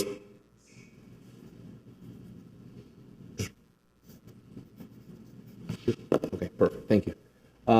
So work with our incredible staff, our city manager, and make sure that that everything is considered. I don't know why I didn't. Apologize. My bad. So we'll defer to the 9th. If you're talking about trees and landscaping, we should always be talking about Dina. I don't know why I didn't bring this up, sir. Okay. All right. So we'll defer to the 9th. Thank you, Madam Director. F3. F3 is a resolution of the City Commission urging the state legislature to amend the Live Local Act to allow for municipal-based median incomes rather than the area median incomes currently utilized in the Live Local Act. This is an item that I sponsored. I've been working on this since last year, and I really would want the commission's support on this. The whole point of this legislation is to strengthen the Live Local Act. The Live Local Act is not going away, and I think we need to find ways that it benefits both parties. So that being said, I don't believe a statewide or county-wide affordability schedule works in large. I think, let me put something into perspective. Miami-Dade County, Opa-locka, Hialeah, Coral Gables, City of Miami, we are so diverse. Now, let's say a building comes up and a one-bedroom is $2,200 countywide. That means that if you're going to develop something in Hialeah, you're going to be paying the same amount as if you're going to develop something in Coral Gables. So what happens there? What happens there is that the probability of building a Live Local Act building here or in a more affluent municipality is a lot higher. And I think the legislature's intent is to build more affordable housing. Now, how about we give every municipality a fair chance to go ahead and improve housing? That's why I'm proposing, if the commission can please support me, that we do municipality-based AMI schedules. So depending on the municipality, that's how much the Live Local Act building price schedule would be. And yeah, this basically works better for counties like Miami-Dade County, Broward County, Palm Beach, Hillsborough, and Orange County. Those are the biggest counties that this would take effect on. And that is it. Yeah. You done? Just want to make sure you're done. I mean, the ultimate goal here is to obtain more affordable housing throughout the state. That's the ultimate goal. Throughout the state or in the city of Coral Gables? Throughout the state. And in combination, I think it helps the city. Wouldn't you agree? Okay. Let me respond. Okay. Colleagues, I want to be absolutely clear about where I stand on this proposal and why I'm vehemently opposed. What's being suggested here is that the city of Coral Gables should raise the income threshold used to define workforce housing under the Live Local Act from the county median income to the higher city of Coral Gables income. And let's be honest about what that really means. It would allow developers to charge higher rents while calling units workforce housing. This does not produce more affordability. It produces more profit. It does not reduce developer pressure. It actually encourages more high-density projects. Let me reiterate that. It actually encourages more high-density projects. How do I know this? Because I spoke to several developers about this, and they're chomping at the bit that this passes today. Live Local already overrides local zoning. Let me repeat this, because I think that some people who are, especially the sponsor of this, doesn't understand this issue. Live Local already overrides local zoning, grants a 190.5-foot height entitlement, allows a floor area ratio of 5 that doesn't exist anywhere in the city of Coral Gables, and provides unlimited density with administrative approval. It gives developers a fast-track path with no minimal public hearing and no commission oversight or board oversight. If we now voluntarily raise the income threshold, we're simply sweetening the deal, making Coral Gables even more attractive for larger, taller projects, not less. Let me reiterate that again. I want to make sure that everybody hears that. If we now voluntarily, this is what we're asking to do here, raise the income threshold, we're simply sweetening the deal, making Coral Gables even more attractive for larger, taller projects, not less. So let's call this what it is. This proposal makes it easier for developers to build more towers, more density, more high-rises, while offering fewer truly affordable units for the working families we came to be helping. I cannot and will not support a change that expands Live Local's reach and fuels even more intense development in our city. We have fought tirelessly to protect the scale and character of Coral Gables. Case in point, 760 Ponce. 5 years of negotiating with residents between a developer to get a building that was within scale and received complete resident approval from the neighborhood. We have fought tirelessly to protect the scale and character of Coral Gables. We have stood up to state preemptions that strip away local control. I will not sit here and endorse a change that hands developers an even bigger incentive to build higher, denser, and faster under Live Local. This proposal undermines affordability and supercharges development. It is dangerous and reckless. It moves Coral Gables in the exact opposite direction of what our residents expect and deserve. For those reasons, I strongly and unequivocally am opposed to this. If you look at the legislation, it's very key, it's very simple. It's not my opinion, these are facts. If you look here, under this whereas right here, very clearly, I hope everybody can read it. It says, whereas a municipal-based approach in large counties would expand the number of viable locations where developers can build attainable housing, therefore increasing the total statewide supply of workforce units and strengthening the local economies that rely on essential workers. So, in closing, this is a Trojan horse. This is an opportunity to have Live Local throughout our city. No other city is moving in the direction of expanding Live Local. What they're trying to do is restrict Live Local. Everybody's afraid of Live Local. That's the battle that we have right now. And I know that one thing has nothing to do with the other. The manager and I have had multiple meetings with the project and the RTZ, and we've made significant progress, correct? That is correct, Mayor. Progress on impact fees, on art in public places, on the design, on the height, on the articulation of the building, on parking, a litany of issues that, again, under the RTZ, we would have no actual jurisdiction to. And by the way, they wouldn't even have to come and get consent in regards to the exterior skin and design. We're pushing Mediterranean, they were pushing a more contemporary design. So we've reeled all these in through the negotiations, and I thank the commission for allowing me the privilege to represent them. So I am adamantly opposed to this. I think it's dangerous and reckless, and it's a Trojan horse for more development in our community. Madam Vice Mayor? So I was going to start off with a simple statement that the math hurts us, and it hurts us tremendously. Instead of a minimum rental profit margin of $2,200 per unit, you're going to $2,600 per unit. My God, they would be coming here in droves. 760 Ponce is an example of a piece of land that easily could have gone to Live Local. And instead of 2 years of negotiations with residents, they wouldn't have had to talk to them at all for their input. The math tremendously hurts us. It increases the profits for developers. It'll encourage more Live Local Act projects. When I ran for office, my goal was to limit the tall buildings to the central business district, because that zoning was, that horse had left the barn and it's not coming back. It's already been approved for tall buildings. I didn't want it coming outside of there, but Live Local expands the reach of the height and density that we have in the central business district a mile beyond its borders. 190.5 feet in areas that we never dreamed would have been appropriate for that kind of height or density. And on top of it all, it decreases our tax revenues. So the rest of the residents that are paying taxes are shouldering more of the burden for all the goods, services, transportation, and maintenance of the roads and sidewalks and so forth that Live Local project brings to us, because we're collecting fewer revenues from that project. It's the wrong direction to go. The math doesn't work.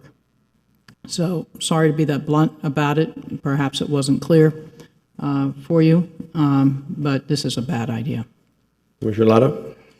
Well, I understand that what Commissioner Castro, you're proposing is a resolution to appeal to the legislature to amend Live Local, right? This is not an ordinance that we're looking to pass or a resolution to pass to actually amend it ourselves. Correct. But with that being said, based on what the mayor said, based on what the vice mayor said, based upon what I understand from having read the resolution, to me, this appears to be an attempt to convert Live Local into more of a pro-developer version of Live Local. Can you explain to me why I'm wrong if I am? Absolutely. The whole point actually in this legislation is to give other municipalities surrounding us the opportunity to build more buildings and maybe push them out of Coral Gables.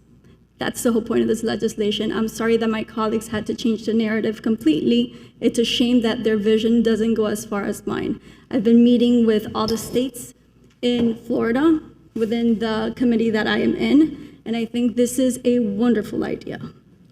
May I respond? The preemption starts from the tip to the end of the state of Florida. It does not cherry pick certain cities and counties. That is preposterous and absolutely ridiculous by far. It just is another attempt to confuse people in this community. This legislation here that you're passing, and the city attorney can help you understand it, and the city manager can help you. I know that you don't understand it. Will promote more buildings, taller buildings. He just says it there. You want to extend our FAR to 5. We don't allow FAR under our current zoning code, under any circumstances. The highest is a 4.25, correct? With 4.25. Madam Zoning Director, I want to make sure I get it correct. The highest FAR currently allowed in the city is what, Madam Director? It's, with Met bonus and with TDR, it's 4.375. Okay, 4.375. Right. So I'm happy it's coming from the zoning director. No one is trying to misdirect or scuttle your legislation or your resolution. We're proving points. You're asking for an FAR 5 that doesn't exist in the city. You're asking for a blanket live local approach, which will allow buildings to be built of 190.5. This goes against the city, completely against our zoning codes and our standards. And think about it. If we're urging the state of Florida to pass to make Live Local more intensive, you think they're going to say, "Hey, thanks, Coral Gables, for sending this resolution. We're going to exclude you, but we're going to include every city around you. So you're going to be the donut hole." They're going to say, "No, we're going to include every city in the state of Florida. If the cities are asking for it, we'll bring it to the entire state." No one is asking for this. This is lunacy. So, Commissioner Lara, I apologize I interrupted you. No worries. To me, what you're proposing, and I'm trying to make it simple, is that you're incentivizing the developers to build via Live Local here in Coral Gables. More than anything else, if you were to successfully lobby the legislature to amend Live Local in the manner that you say, by raising it to being a municipal-based income versus area-based, I still believe that that's, in the end, a pro-developer move on your part. I don't know how to see it any other way. Okay. Yes, Through the mayor. Commissioner. Yeah. All right, so maybe I just saw it a different way. Because coming in here, I thought it would be something that would benefit us because of the impact that we're going to have from projects like Sears, which would not benefit from the Coral Gables rent prices. But I think the arguments that are being made, and that's why it's good to have these discussions where we all kind of talk through it, I can see the adverse effect that it may have on promoting, indirectly promoting Live Local within our city. I have heard the same concerns up in at the League of Cities, where there are municipalities, and actually a lot of municipalities are trying to see how this component could be changed, because it is raising, in certain cases, the low threshold of rent in their municipalities, and in others it is reducing it instead of just focusing on a municipal basis. Coming into here, I thought it was a great idea because it would prevent us from dealing with issues like Sears, where we have no say on the matter and we would have no benefit from it. But I also don't want to send a message to Tallahassee where, hey, let's raise it and let's attract it here in Coral Gables. Because to this point, let's be honest, with Live Local, it has been used as a method to try to increase what they're able to get. nobody has actually come through with a Live Local project in Coral Gables. have Why? one. Because it has not made sense. Right, we have one that. It's on the pipeline. We have one in the pipeline. Different neighborhood, and that's something that also factors into where that project fits in, but it's not something that makes sense across the street from the plaza. May I interject? Sure, When you sure. say a different neighborhood. We just approved the project, 77 feet across the street from this proposed project. This Live Local, which is being proposed, would be 190.5, correct? What was the number? What was the number, final When number? was it approved today? Well, It was less than 77 feet. I apologize, excuse Yeah. me, excuse me. I 61 apologize, thank you. feet. No, correct me if I'm wrong, not a problem. Actually, better. So you're literally saying across the street, you're gonna have a building that is potentially 130 feet taller, almost, 120 feet taller, let's say. So we can go back and forth. I've had conversations with state representatives and state senators. I've called them about this. I did my due diligence, I did my homework. I read them the legislation, the resolution that's being proposed. They said that this is like the Titanic hitting an iceberg. Why would you want to do this to yourself? You're asking us to spread Live Local even further and increase density, increase intensity, increasing your FAR. It doesn't make any sense. But again, And I understand. I think we should just tone down, the conversation. I think we're having a productive conversation. And I think let's not lose the message because we're trying to attack each other. And I don't want the attacks don't need to be here. I think just having a conversation on the facts convinces me that this doesn't work for Coral Gables. And that's what the message I'm trying to send across. And that's why these conversations are productive, because I came into today looking at it from a perspective of how are these projects that are in neighboring neighborhoods, and you never know what could come in South Miami, what could come. I mean, we have the 39-story building that's coming where Sunset Place is. That's going to have a huge impact in Coral Gables. And I'm sure there are others that are going to follow. Those are going to have a major impact on us. The Coral Gables property value, the rental value of Coral Gables is raising their ability to get a little bit more from those projects. That's the way I saw it coming in. But the arguments that all of you have made show me that perhaps we just have to look at it in a different way, because that's not going to solve the problem that we're trying to solve. It really could create more problems for us in the long run. In fact, I think one of the biggest issues Live Local has is the definition of jurisdiction when it comes to height. It has never truly been defined. It has been left there as jurisdiction. It's been interpreted as the county, as a city, but developers could technically come in and say, hey, you have a building in the county across the street. It hasn't been taken to court yet, but they could technically come in on that front. That's a term that should be defined as the municipality, because that keeps the projects lower.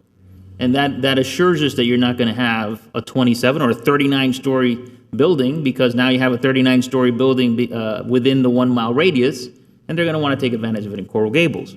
That's an issue that we definitely could see coming forward in the future, unless the legislature does define that term as the municipality, not jurisdiction. Through the mayor. Yes. Yeah, so the whole intent of this legislation was not to increase density or FAR. And when Commissioner Lara says here it's very pro-development, I think we both, all of us here, know that I'm not pro-development at all. If anything, I am pro-residents, pro-quality of life of the residents I represent. So that might be a misconception, or maybe I expressed myself wrong, okay? The whole intent of this legislation is to, one, support the legislator to go ahead and have more affordable housing through all municipalities in the county. Right now, the way the fee schedule is does not work for us. Now, if you guys feel more comfortable and you guys can support whatever we have right now, if it was 4.3, please do so. There was no intent here to raise anything. The whole intent here is to spread it around to give other municipalities a chance to go ahead and build. Municipalities like maybe Miami Gardens or Opa-locka, Hialeah, maybe industrial zones can also take advantage of this and we can spread the love everywhere, not just stay in, City of Miami and Coral Gables. So let me ask, I want to ask two things really quick. First, support the legislator. Who's the legislator you're talking about? We can go ahead and have a conversation with Representative Vicky Lopez. Okay, she's no longer a representative as of this afternoon. She's now your county commissioner.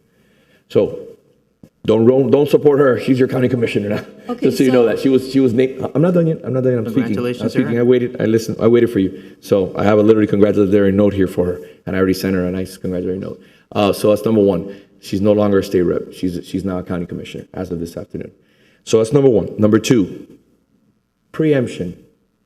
Why are we passing other legislation for Miami Gardens, for, Opalaca? Why? Let them pass their own legislation. If they want more density, if they want more intensity, if they want more FAR, let them reach out to their state reps and their state senators and say, hey, listen, expand on Live Local. Why would we want to be more preempted? Why would we want to say, hey, preempt us even more so we lose control of design like we're negotiating with the Mark now, so that we have more units, so that we have more square footage, so that we have more height? I don't want any of that. We want to bring our cities, our projects down, or at least have the ability to negotiate an additional height. For example, Armando Codina and Manny Gathers project for additional 17 feet to get a beautiful park, or Publix to get a little bit of a setback and get a beautiful 20,000 square foot park. The whole point is that we lose the ability to negotiate by the RTZ, and even worse, Live Local. So the idea of you're helping out other cities, and I don't know, I'm in the business of helping out Coral Gables. I'm not in the business of helping out other cities. And Vicky Lopez is no longer a state rep. I love her to death. I supported her. I've been a lifelong supporter of Vicky. She's great, but she's now in the county commission. So, Madam Vice Mayor. Through the mayor, I'm going to make a couple of suggestions that I think will. I'm sorry, Madam Vice Mayor. I told Commissioner Lara, I got to interrupt you. I'm sorry. Okay, that's all right. He gave me the. If you'd like to go, you can go. It's all right. You want to finish and then I'll go? Well, I'd like to start. You didn't start? Okay, you want to hear my suggestions or not? I'll be quick, because I want to just specific a couple of points that Commissioner Castro directed to me. I'm not accusing you of being pro-developer. I know you've professed to not being that. What I was referring to specifically is that your resolution may have, let's say, the unintended effect of actually being, if it were to be passed, and if it would be successful up in the legislature, actually definitively pro-development. It may not be what you intend, but that's the conversation we're having here on the dais today, is to show you something you may not have realized. Sort of like what Commissioner Fernandez said, just through today's conversation, he's seeing it from a different perspective. You say that you're trying to help out other communities, to get additional entry-level points for low-income housing, right? I would suggest all that I'm doing here is putting the interests of the residents of Coral Gables at the forefront. That's the most important thing to me, not to worry about neighboring communities, right? The most important thing to me is what's happening today here for the Coral Gables resident. This resolution, if passed, would lead us down a path that would be actually, as everyone so far who's chimed in on this point said, would actually increase the density in the city, would strengthen Live Local, which would actually pave the way for further intrusion on home rule. And we have got to hang on to that. In fact, this was a point that I spoke very passionately about with respect to what occurred at the Mark and with respect to the RTZ, the decisions we make and the people that we put on these boards, their actions have consequences. So what may not have been intended to be pro-development coming out of the delays occasioned by the P&Z forced or made it pretty obvious to the developers to go the route of the RTZ and bypassed us completely. We have to be thinking, with all respect, how to work around Live Local, not head on like this. At least the attempt that you're trying to do would actually play into the hands of the developer. At least that's what I believe very strongly. And by the way, little preview, I'm working on something right now too, on how to attack Live Local. But going to think a little strategically, going to think a little bit outside the box. But this here, and I hope I can prevail upon you to see my view, right, is that this is playing into, if you were to successfully lobby the legislature, right into the hands of the developers, which in turn would be referred to unintentionally, I assume, as pro-development. Madam Vice Mayor. So I'm going to dovetail on that. There's a couple points, and I've been in my conversations with the state legislatures, bringing them up for time to time. If you want to encourage development in other areas where it's more affordable to build, increasing the funding for Section 8 housing would be a beneficial piece. Land is more expensive here, and therefore that would encourage the development. I think the intent that you're trying to achieve here is for development outside of Coral Gables. The short-term rental issue. Well, we're blessed with a grandfather position of having 6 months rentals minimum. It is destroying the rental rates elsewhere because the rate of return, the profit margin on short-term rentals, which are competing with hotels, is taking off the table. All these living units that used to be for, someone starting out, you could have a rental apartment. The choices are clear for people who own those buildings. Why not get the higher profit margin and reap in the dollars hand over fist? Allow the municipalities to control this, and the state would be much better off, and we'll have more housing units available for people of all types of needs. Discussions were also had by state legislators about using land on school grounds to build housing. Our children need space to play. You need the green space. I did make the suggestion for the state legislature put some money into the schools, that if you're putting money into a gymnasium, you can add a floor to and have some affordable units there for first responders, people that work in the school, people that live within a certain radius. I should say work within a certain radius, because what you're trying to do is make it more affordable for people so they don't have to drive as much and have the luxury that I do to be 6 minutes away from where I work. Because literally I can walk or drive within 6 minutes to where I need to be. And lastly, one of the points that I made to each one of the legislators is live local is not live more affordable. Transportation is key. So unless you're building along where there's a transportation route or expanding the existing free transportation, we know what insurance costs. We know what it takes to maintain a car. It's extremely expensive and prohibitive for many families. So those were my points that you may want to use in your discussions. Through the mayor, thank you, Vice Mayor, for at least sharing some of the vision that I was trying to explain. And as closing remarks, because I can see that I don't have any support on this dais, I want to close by saying that the purpose of this legislation was to increase the number of viable workforce housing sites.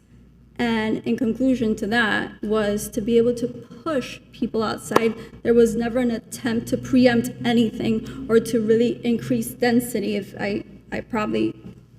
there was an increase in that legislation, it was something I oversaw from when the city attorney's office went ahead and drafted it. But I did approve it. I oversaw it.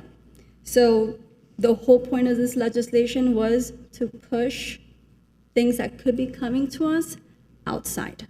Now, if you guys want to help me to amend this to reach that purpose, I would be more than happy to do that. First and foremost, a preemption is the entire state of Florida. It's not just by city or jurisdiction. Madam City Attorney, will you please explain, did you write this legislation? Did you draft this legislation? Yes, Mayor, at the request of the commissioner, we drafted the resolution. She obviously had input, as you all do with these types of items. But I don't want to speak for you, Mayor, but I don't think you were suggesting that the resolution was specifically requesting an increase in density. I think you were saying the effect of it would be that there would be 110%. more opportunity for projects that have an increased density. I think that's what so it wasn't that the resolution itself, Commissioner, had something in it requesting an increase in density. I was looking for it. I couldn't find it because that's what the mayor was saying. I was blown away. Listen, you don't have to be blown away. The outcome is the facts are the facts. Am I wrong? Yes or no? As I understood your comment, that's what you were saying, that this would, if there's more of these projects, the legislation already, the state statute already provides for the increased FAR and density. It is obvious. If you expand on live local, it's a threat to our zoning code. So what you're asking to do would not happen in Opalaca or City of Miami or West Miami and South Miami, and not happen here. It'll happen here because your Live Local encompasses the entire state. So by proposing a resolution that requests that Live Local be expanded, that the FIR be increased, that the height be increased, that the increase in the rent rates, again, you're just causing damage to the city. But I think that's something that's so obvious that I don't understand how that was even missed. So to me, I'm not done yet. Let me just finish. So to me, that's what's scary. This piece of legislation, this resolution is a Trojan horse. And when I spoke to state representatives and senators, because I wanted to speak with them and say, let me ask you a question. What am I missing here in this legislation? Where am I? And they said, no, Vince, you're not missing. This legislation, as proposed, sent to the State House and to the Senate as a resolution, would cause damage to your zoning code, would cause damage to your way of life, to your quality of life, because you're increasing Live Local. You're increasing the interest in doing Live Local. So this would benefit developers. You would be something, and everybody's saying yes, it would be, look, we're incentivizing developers. We want you to build Live Local. We don't want people to build Live Local. We want to have control over design. We want to have control over the heights. We want to have control. And if at the end of the day, somebody comes and says, we want additional height, we want additional FAR, we want additional density or intensity, perfect, we can negotiate. We can negotiate for something and have a conversation. Live Local and the RTZ are out of our hands, especially Live Local. Why would we want to empower Live Local? It doesn't make sense. Through the mayor, yeah, we're not empowering Live Local. Live Local is already here. What we're trying to do is push it to other municipalities. That's the whole point of this legislation. You keep on talking about it and more opportunities. Actually, what this does is the complete opposite. We have what we have right now, and we need to work with it and make it work for us. The way we could make it work for us is pushing it to other places that cannot offer it. That's the whole point of this. Let me just take a stab at it. I think what the commissioner's trying to say is the intent of her legislation was to make it more lucrative for a developer to do Live Local in another municipality, not in Coral Gables. The adverse effect is you're also raising the value of what they can get from a Live Local in Coral Gables. So it'll have the two effects. A developer who has more money to invest is going to try to do it in Coral Gables. One that doesn't have as much money to invest is going to do it in another municipality. But it does open up, the adverse effect of the legislation is that it opens up Coral Gables a bit more, but I don't think there was any malicious intent. I think the intent was to try to promote pushing Live Local across the border and trying to keep it out of Coral Gables. The adverse effect of it is it still makes Coral Gables a little more vulnerable to the Live Local initiatives that are out there. Again, we can go in circles all day, and you can try to explain it any way you like. This is reckless and dangerous. And when you say you're anti-development, like if anybody read my newsletter, it was very clear. I put a chart of our voting record over the last 2 years. It's there. It's clear. Your voting record is there. So you can spout off and say that you're anti-development to try to appease certain people in the room, and I understand that. But at the end of the day, the facts are in the way you voted. And at the end of the day, the voters will decide. But my point is, this right here, you're not going to convince me that this pushes Live Local to other cities. This opens the door to Live Local in our city because it incentivizes developers. Madam Vice Mayor, am I missing something here? No. Because all the state reps and senators that I brought this up to, they're like, Vince, this is that you're opening the door, you're unlocking the door and saying, come to our city. We're going to pay you more rent. We're going to give you more density. I know it wasn't your intent. And when I've been on teams of lawyers, they usually come to me to do the stuff that deals with financial data and so forth. It wasn't your intent. However, it does have that impact. It's black and white. It's very, very extremely clear to me. Okay, so thank you for trying to help. I know the intention was good. Let's see if we can move forward. Yeah. All right, do you want to make a motion on your item? There's no support on What the I'm saying, I'm giving you the opportunity, so you say I'll move it. I'll move it. Do we have a second? No, it dies on the floor. Moving on. F4. It's 6 p.m. That's the one at 6 p.m., Mayor. Oh, I'm sorry. Thank you for that. I appreciate that. I had a question about that, though. Why 6 p.m.? Some of us have to pick up kids at 5. Okay, this is, may I interject for a second? That's a good point. I don't have a problem with 6 p.m. I don't have an issue breaking at 5 and coming back at 6. All right. I have no issues with that. Just, you know, 'cause it actually, I'm gonna tell you why. Because they actually asked me to do a ribbon cutting for a new business that opened up here, and I want to help out with them. Help this new entity that just opened up here, so I don't have an issue with it. No. Time certain for next no, meeting? no. This is a lot more complicated than you think, okay? We had an agenda. There's a lot of people coming too. We had an agenda. Right, no, Everybody, you know, I asked them. That's fine. Let's do this. I asked them when people could come. The 4 other items, so we can, let's Okay, we'll get it done. We'll get it quick. Get those done. We'll get it done. Okay, F7. Madam Vice Mayor, your item. Update on Biltmore Way. I will invite our esteemed staff up to give us that update. I had the mini update when I went to the Landscape Advisory Board. You're going to give us the professional update. Yes, hi. Good afternoon, I'm Messias, Public Works Director. You know, we're working through the plans for those 2 blocks between Anderson and Segovia. I think we have about 60%. And, you know, we expect to put those out to bid early next year. Okay, so let's go on the east side of Segovia since we're on the east side of Segovia, we're working with Dover Coal. And the plan is those 2, we should be ready for a community meeting probably on February. So you'll be able to break ground in each section approximately? Well, there is no funding on the east side of Segovia. That's just a community meeting so we can have a discussion about what we're going to do because that area is very complicated. The area that does have funding, where we're going to do all the landscaping and the trees on the sidewalk, is between the Circle and Anderson. And that's the one that we should be breaking ground next year. So let me be more precise, because this was something that was discussed with along City Hall. The section here in front of City Hall, the trees in front of City Hall. Okay, my apologies. So you're talking about those planters in front of City Hall? Yes. Not the larger project. Let's get some shade trees for the farmer's market, please. Thank you. Okay. The planters in the streetscape here in front of City Hall on the south side, that's also, the plans are about 60% complete right now. Okay. Okay, so you mean the north side closest to City Hall?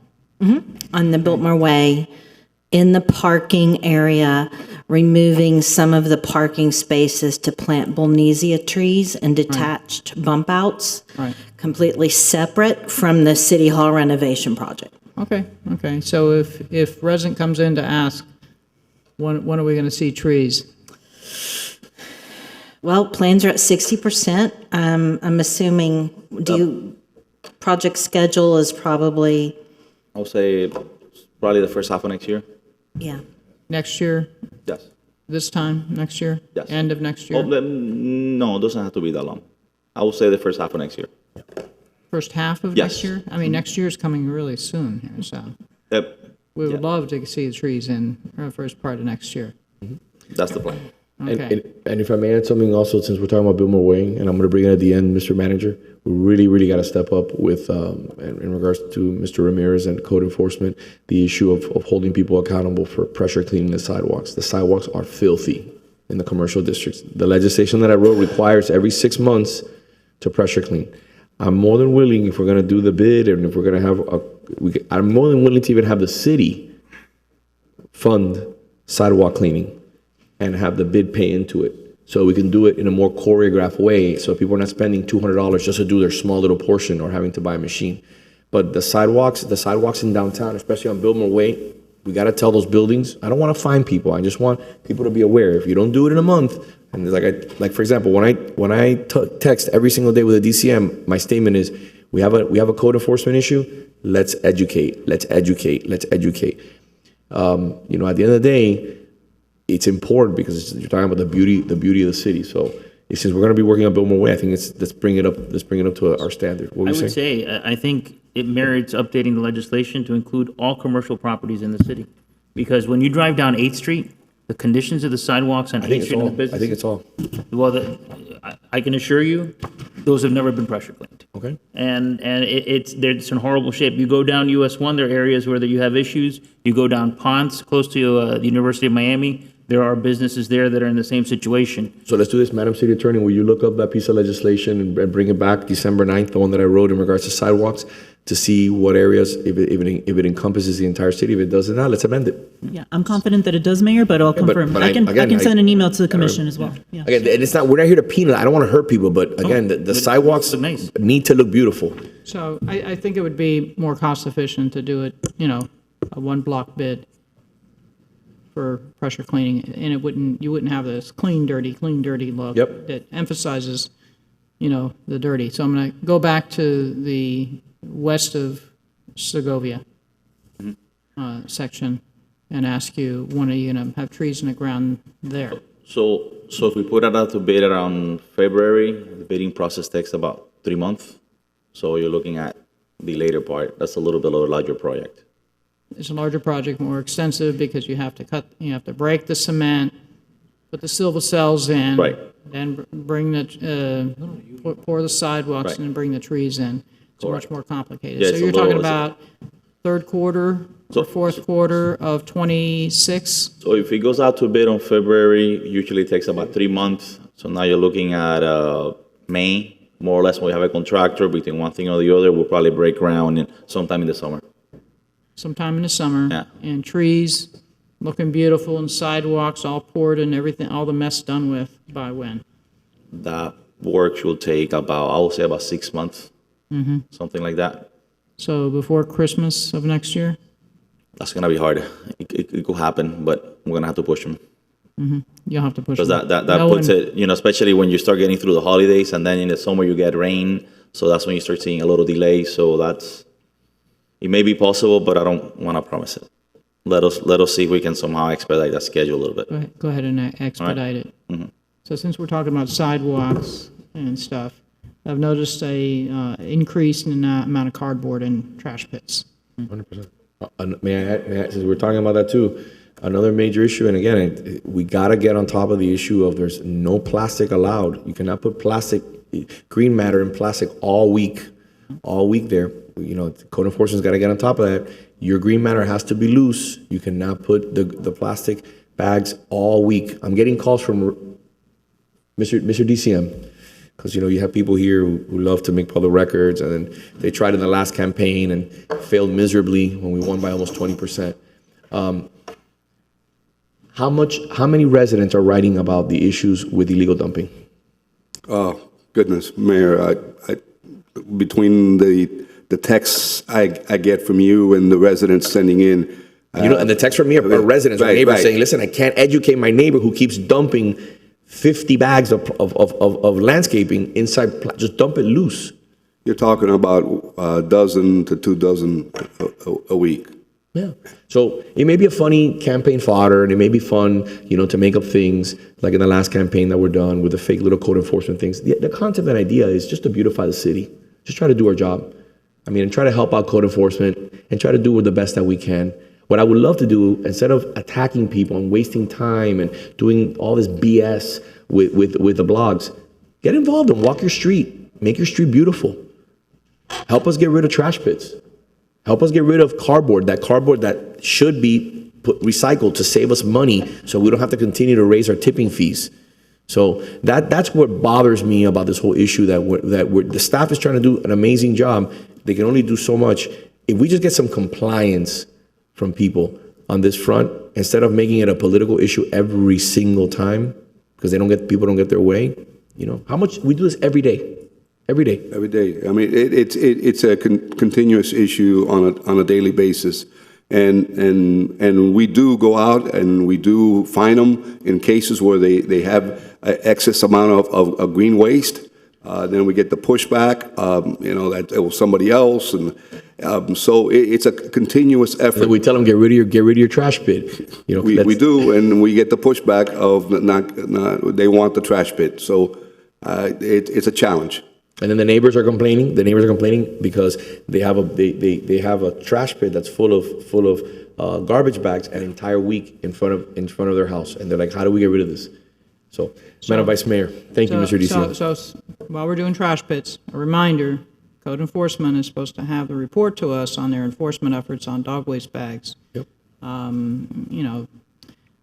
I heard that it really wasn't being enforced. I provided the deputy city manager with a photo of 2 dog waste bags going down the gutter and this close, about less than a foot close to the actual drain itself. I made a suggestion to the code enforcement officer in my area, take some signs with you, have a, knock on the door, say hello to somebody, give them a warning, put the sign up, it helps educate. I think it decreases the amount of dog waste bags in the pits that I've noticed by over 90%. Yep. So I only find 1 or 2 occasionally, and pretty soon there's 0. So that's it on trash pits, folks. Okay. You want to move on to the next item? You're good, Madam Vice Mayor? Yep. Okay. We'll move on to item FA, which I'd love to do in 5 minutes. And the reason why I put this up is because I want to give staff kudos. Amazing job by staff. We are what everybody's following in the state of Florida. Can I say that? Yes. And who deserves the credit, Matt? The whole team. Both of you. Solange and yourself brought this to the city. You brought this to the city. It's been a huge effort. And it was incredible to go and welcome all these cities, including the mayor of Key West, to the City Beautiful. And they want to emulate what the City Beautiful is doing. So we have our issues, and we're being picky when we talk about garbage bags and this and dog bags and all that kind of stuff. It's good to be picky. That's what keeps our standards high. But I wanted you guys to see the amazing work that staff is doing and how we're leading on this front. And by the way, anything you can do, anything you have an interest in, any way you want to help, we're all in. Thank you, Mayor. So yeah, we wanted to give a brief update on November 5th through the 7th. We hosted the Keep Florida Beautiful conference here in the city. So we had affiliates from all over the state. As part of it, we do have the PowerPoint that's up. So from November 5th to the 7th, we had over 100 attendees come and attend and be part of the conversation. And we had 29 other affiliates from throughout the state coming and collaborating, sharing best practices. There was a lot of education going on. So again, it was an honor to be able to host this conference. We can transition to the next slide. I will say one thing that I want to add here is we hosted the conference at the Hyatt Regency here in Coral Gables, bringing in all of those attendees to the hotel and using the conference space that the hotel provided and their food and beverage, so bringing in that economic impact to the city as well during this time. So the next slide, Mayor, you were talking about this. You came and gave opening remarks. Thank you again for doing that. And the comments we received were unanimous. People loved the speech you gave and praised the city for their leadership and how you talk about how the environment, it's not a partisan issue, it's for all of us to be able to do. So that we saw that in the comments from the attendees on, the city's leadership and on these issues, and just wanted to share that. And the photo you see there is the mayor of Key West, Mayor Henriquez, who was there. They're hoping to host one of the future Keep Florida Beautiful so conferences. they heard that we were hosting this year and immediately said that they wanted to host one of the next ones. So they're in line to host the annual conference in 2027. And something that we did was very interesting. So I gave a speech, a prepared speech, and then I went off the cuff, and then we did a Q&A session. For I don't know how long do you think that Q&A session was. I mean, it wasn't part of the plan, but I still for probably about 45 minutes. 45 minutes, and we talked about everything that the city's doing, and our staff, and how we're doing some incredible things, and how we're always looking for ideas. Give me ideas. Give us ideas. Let's do some great things. And I think they enjoyed that. I think it was an opportunity. I kind of blew the program, but it was I think it was a good opportunity just to show people that our community cares, that we're interested. And I'll tell you a few of the ideas that we spoke about later on in the conference were TerraCycle, who we're already working with on the cigarette litter and a few other programs. They're looking at doing for those e-vaping and e-cigarettes, coming up with some sort of program that can have for that as well. So that's something that should be coming out next year. And then looking at a few of our other programs. So next we were able to, obviously the mayor mentioned this, we were able to showcase the city. We actually received an award for hosting the conference. This award is made out of recycled microplastics, and it's the logo of the conference. So again, So the Keep Florida Beautiful, every year for the awards that they give out, they work with a local artist to make the awards unique every year and always have a recycled or litter component to them. So this award is made out of microplastics that the artist collected during beach cleanups and other cleanups that they attended. And it's actually the conference logo for this year, which was really great how they did that. We also not only showcase the different programs that we do through Keep Coral Gables Beautiful, we had a panel where we talked about all of our programs, but in the mindset of it takes a community, a collaborative effort. So we talked about all of the different city departments and different organizations in the community that it takes to make these programs a success, from our residents to the chamber to the Coral Gables Women's Club, Garden Club, and all of the different partners that we have, which we received great takeaways from that. Other affiliates have been wanting the presentation and they want to implement some of those programs and learned a lot from it. But we also got to show off our downtown especially. I gave restaurant recommendations to the attendees. They went out almost every night. Some of them got in on Monday, so they had been going out to restaurants. I got great feedback from Fratellino. People loved when they went there, and Arcano on Giralda Avenue. So they were actively patronizing our restaurants and businesses, having a great time and saying nothing but great things about them. And I'll also mention on the collaboration, overall government gets a bad rap because they say, we work in silos and departments don't talk to each other. That has definitely never been the case here in the city. And I think a lot of our programs showed that very example where we just work across all city departments and there's this collaboration going on with every event we do, with every program that we do. There's multiple departments that are involved in that. And then the participation from our businesses and our residents as well. Do you want to? This is just some of the different presentations and speakers that participated in the panel discussions during the conference agenda. We had Zoo Miami come out and do a presentation on butterflies. We had a recycling panel with Nextrex, TerraCycle, and other, the EPA, and other members of that kind of community, which got great takeaways. And part of the conference every year, they kick it off with a sunset social, the first night of the conference. This year, it was held at Bay 13 Brewery, right across from the Hyatt. Almost all of the attendees had already arrived that first night. They were very excited to be in the Gables.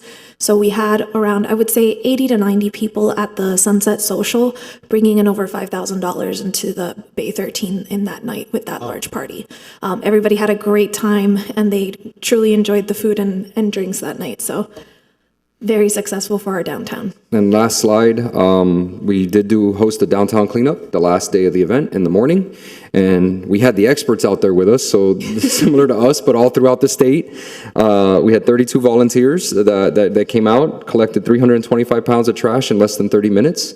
They actually found a little illegal dump site that was actually just outside of the city that they actually went across and cleaned up and brought that over. So we were able to address that really quickly, and also be able to collect some litter that they found in the downtown. So again, thank them for coming out, thank them for allowing us to host this conference, and also I need to thank Diego and Nicole from my team, who attended every single meeting as part of this planning and put a lot of work into helping us host this. So we started planning the conference at last year's conference when it was held, and we were chosen for the host site. So they were great in making sure that everything was a success and ran smoothly as the conference got near. Super proud of you guys. You guys did an amazing job. Really shined a real positive light on the city, and we're an example. And I'm very proud of the hard work you've been doing over the last decade. It's really showcasing the city. So thank you for that. Thank you for your guys' support. Deserve all the credit. Thank you. Thank you. F10, update on the Centennial. So we've been working with staff, and Martha Pantin deserves a lot of credit. She's worked hard, the ACM's worked hard, DCM, the manager, Belkis, everybody who's involved, been really, really pushing. We had a handful of tickets sold last week, and now we're really doing well. You want to come up and talk a little bit about this? And so I need everybody to make their push and sell. This is going to be a wonderful event, especially with a fully renovated Venetian pool. It's going to be really nice, and it's going to be something that, again, that will be memorable. Thank you. Good afternoon, Mayor, Vice Mayor, members of the Commission. And yes, definitely a big shout out to Martha Pantin, Director Pantin. She has been kind of the leading charge behind the ticket sales, the marketing plan, and also a big thank you to the Parks Department as well as Economic Development, because it takes a village to make the event of the century come to fruition. And I know Martha's team prepared a beautiful video. So we have a short video that we will be running on our social media. We will share it with you as well. Starting tomorrow. We didn't think it was appropriate today. regarding today's earlier events to do that. Sorry, I ran up.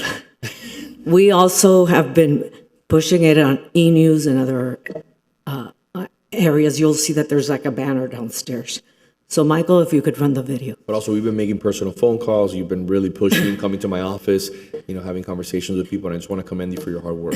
And if any of you have any ideas of other people that we can reach out to, please call me, and we will follow up. Tickets are selling. They're selling. It's good. It's going to be great. Briefly, thank you all very much. Very excited about this upcoming concert. Everyone on the dais and everyone who's watching at home should get them while they're hot because the tickets are going to fly. Yep. And I wanted to give you a special shout out. Happy anniversary to Carolina and her husband Daryl, because today is the day and she's working here hard. Yes. I hope that he has something planned very special for you this evening. Thank you, Commissioner. And we're at close to 100, but our goal is to get to 200. Yeah, it's good. We're moving. It's selling. I just do want to say something that it is for ages 21 and up. Nearly a century ago, the CityBeautiful dreamed of a place where art, architecture, and nature would unite. Now, 100 years later, that dream returns as the Miami Symphony Orchestra transforms the Venetian pool into a stage of timeless beauty. Join us for the Centennial Grand Finale Concert, a once-in-a-lifetime performance under the stars celebrating 100 years of Coral Gables. Love it. All right. And kudos to Michael Rocha, the man always behind the scenes, because he's the one that put that together for us. Amazing. Thank you. And we'll do a final push in the next 2 weeks. And I just want to share, we did have a discount for employees, so a lot of employees did ask, they would love to attend, and with the manager's approval, we did have a discount, 50% off for employees, so that they have an opportunity to attend as well. And we are actively securing sponsors, so just want to give a shout out to already. We have John Bell, who's one of our sponsors, and also the Historic Preservation Association of Coral Gables, who are also committed to a sponsorship. So I just wanted to give both of them a shout out, and hopefully we can obtain a few more sponsors. Love it. Perfect. Moving to the final item before we take a break till 6 o'clock, H4. Madam Director. Good afternoon. Anna Pernas, Historic Resources and Cultural Arts Director. I know I'm not your familiar face for public art projects, but Catherine couldn't be here today. We do have a presentation, if they could put that up, please. Thank you. So, in 2022, the Commission had passed a resolution approving a rotating public art exhibit titled Art on the Plaza at the Coral Gables Museum. As part of this program, the museum has reached out to city staff to install a work of art by Jean Plensa in the it's already arrived, so it'll be up in the next couple of days for a temporary art exhibit in the plaza. This is Minna. She is a 11-foot painted bronze piece on a marble base. She's about 4,000 to 5,000 pounds, and will be there for the next few months while the development at 4241 Aurora is completed. Staff has been working with the museum and the developer on the location here at the plaza, and you'll see her the next few months.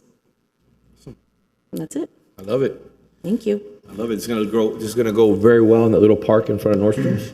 Yes. It's going to be something so beautiful. His permanent home will be at 4241 Aurora, and it'll be donated to the city once the completion of the development is done. And that's already been approved and gone through the process. So I'll just add, the residents in the area had a little meeting with the developer, and they just love the piece of artwork. Yeah. I actually saw one of his works in Brussels.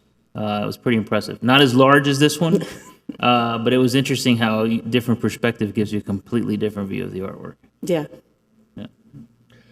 Thank you. So if I could, I would like to schedule a meeting with you and the manager, through the manager, and Elvis Fuentes from the museum.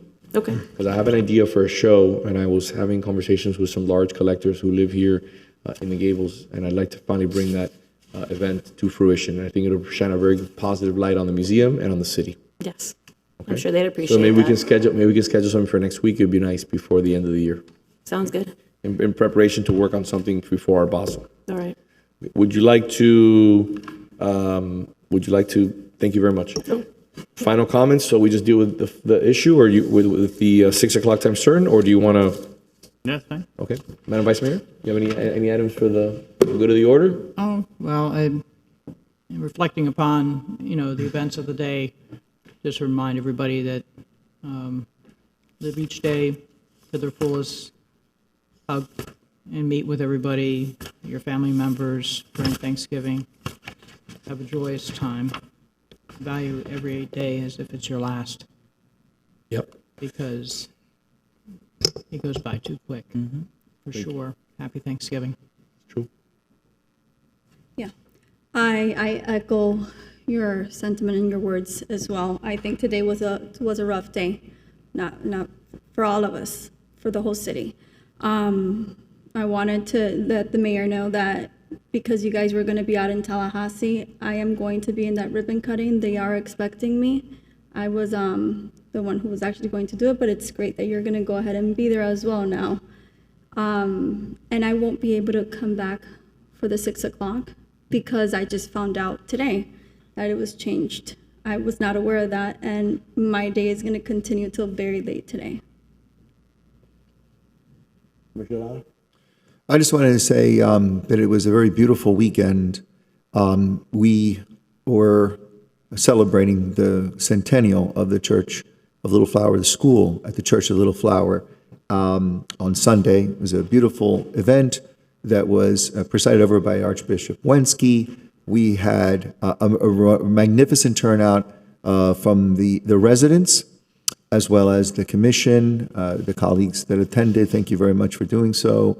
Commissioner Fernandez spoke very well, and we did the unveiling of the sign for the church, and I think that was a wonderful event. And I'm getting a little bit sentimental, right, as we're coming near the end of the centennial year, because it's been an extraordinary year, and there's so many things that have occurred this year based on that, and we still have a few really great ones left to celebrate before the end. So, I just want to thank our police and fire for all they did today for that ceremony. It was an incredible ceremony, very moving, and it really was a great send-off for our former police officer.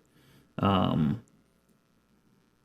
think, Vice Mayor, you said it perfectly. It's a moment for us to reflect about our own lives and how many times we tell our family members that we love them and that we appreciate them. And we never do it enough. Commissioner Lara, you mentioned the event this weekend. It was an incredible event honoring St. Teresa. They were very appreciative of the commission, not only the commission, but the city manager was there. Our police chief or fire chief were also there. And they were extremely appreciative of the city making this such a priority for the city as well.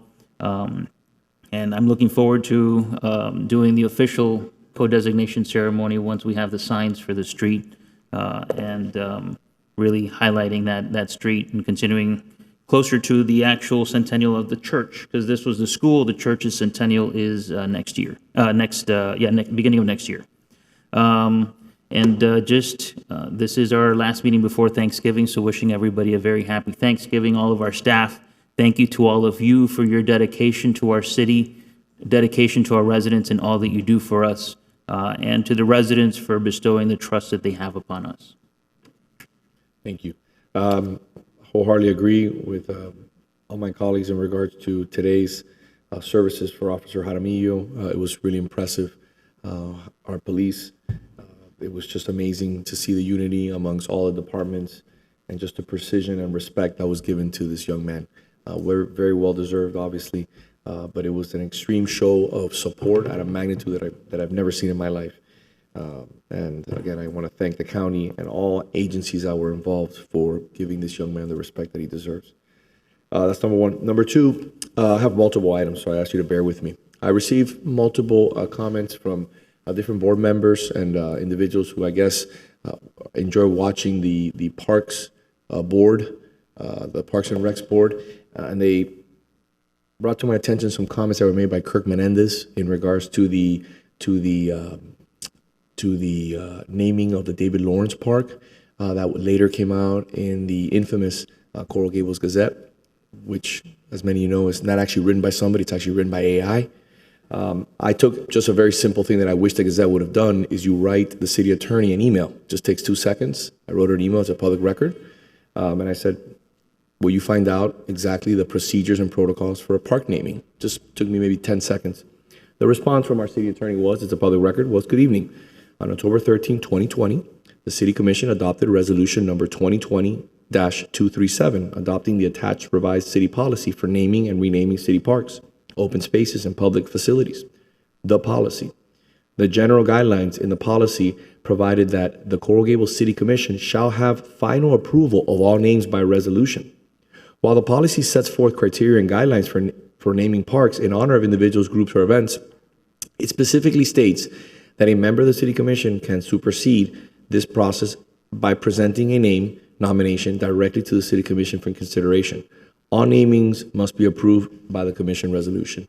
If the Gazette wants to be taken seriously, they just need to do simple due diligence. The concept and the constant idea of just pounding and pounding and pounding on me hasn't worked in the past, and it's not going to work again, because this is misleading. This is, again, and it's ridiculous on the simple things they're pounding on. And by the way, attacking David Lawrence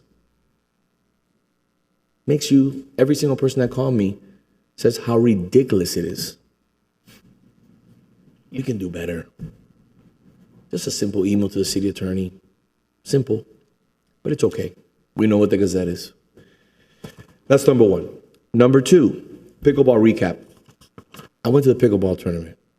I'm going to tell you, I sold out the vice mayor. She ended up teaming up with Laura because I had to go watch my daughter play a soccer game.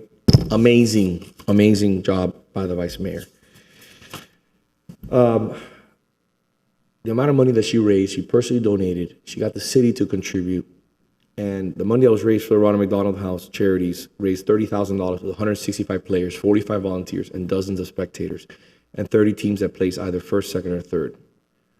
She's not going to bring it up. I knew she was going to bring it up, so I wanted to make sure she got the credit she deserved. She worked her butt off. She deserves that. Okay? An amazing job. Many of you may not have heard this of this individual, but I hope you do, and you probably passed his name while you're at the airport. The reason why I wasn't not yesterday at the St. Teresa event, because I was stuck on the tarmac for 3 hours, like many people in this country, as a result of the delays that have been happening. So I missed that. Been there, done that. Yeah. I've been traveling 3 times in the past week. I've been delayed, and every single time I've caught a plane. I caught a plane in Atlanta, and I was also delayed. But the reason why I bring that up is because if you walk through the terminal in American Airlines, you're going to see a name by the name of Peter DeLora. Peter was a gentleman who I had the pleasure of knowing.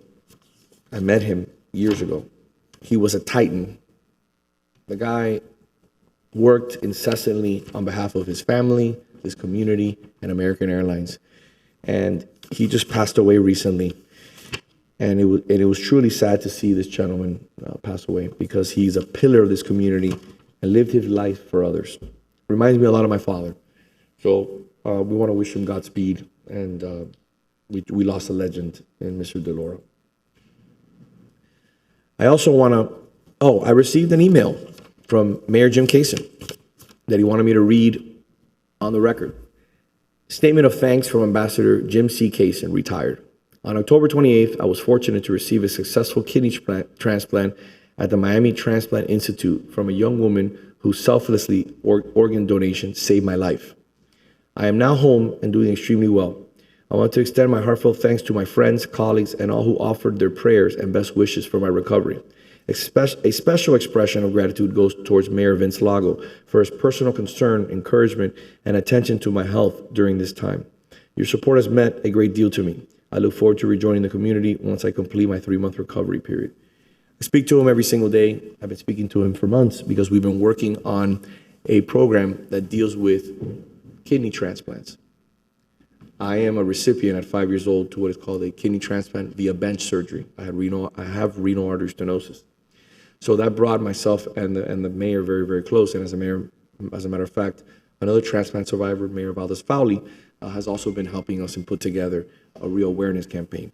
So I didn't even know he had received that, and I had spoken to his wife the day before. So my point is that the mayor's doing good spirits, he's healthy, and he is in God's hands doing an amazing recovery. Moving on, other items. This past week, I bought the nativity scene that we so much talked about. It was a little more than I expected. It was $8,800. I paid for it with my American Express. And I want to thank the individuals who came out of the woodwork after they heard in the commission meeting to donate money because they wanted to have their name attached to the nativity scene. It will be here tomorrow, and we will be putting it up soon. And we're going to put together a little plaque that I'll pay for, which everybody who donated will have it. And I hope that we can put it on the wall there after the renovation. We can put it up and so that everybody sees every single year the nativity scene, who was gracious enough to help out. Unlike the menorah, which I paid for myself, I need a little help. You know, the girls are getting older. It's getting a little bit more costly. Private school, so I can't fund the whole bill myself. And I am grateful for the people who came out to support me on that.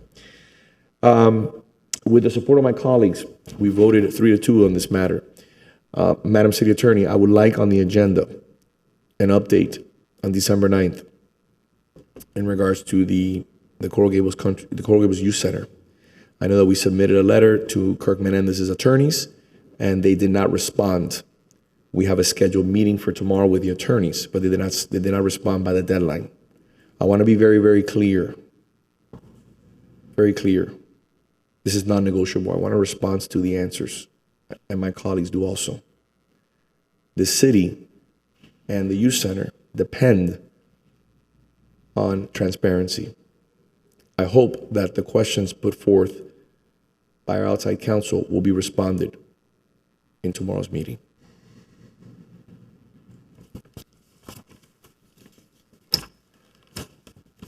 With that being said, I think we have, I think we've covered everything. We will be back in 1 hour for the 6 o'clock time certain. I know that several residents have reached out to me, looking forward to it. I think an hour is probably more than enough. What do you think, Madam Vice Mayor? I think it's more than enough. I don't even think it's going to take that long. I told them to tighten down the presentation there on their end to 15 minutes. So the reason why I said it is because I also have a work dinner at 7:30, and I just want to make sure that I get there. No. I told them it's a busy day. But if I have to push it back, I'll push it back. I don't Listen, it was originally supposed to happen around 11:45, but being that we didn't know about the service today until after the agenda published, things had to be changed. Perfect. So do we have consensus that an update for December 9th on the matters of the youth center appropriate? Yes. Okay. Madam City Attorney, I wish you luck in tomorrow's meeting with their attorneys. Thank you for your hard work. To staff, I'll see you at 6 o'clock. Thank you very much. Good evening. How's everybody doing? Let me tell you, I've been in public office for 13 years as a commissioner and a mayor. I've never seen these many people for one item. I love it. I love the fact that it's participation. It's great. Thank you all. So I wanna tell us we're gonna be talking about item F4. We're gonna open it up to a public hearing, but first I wanna have our Vice Mayor speak a little bit about the item that she sponsored. Madam Vice Mayor. So as you can see from the audience in the room, there's a lot of support for dog parks in our community. And I was looking for additional space so that we have dog parks sprinkled throughout our city and people can be able to walk to them. So I spoke to some of you. Others of you heard through the grapevine about this project across from the library, or proposed project across from the library.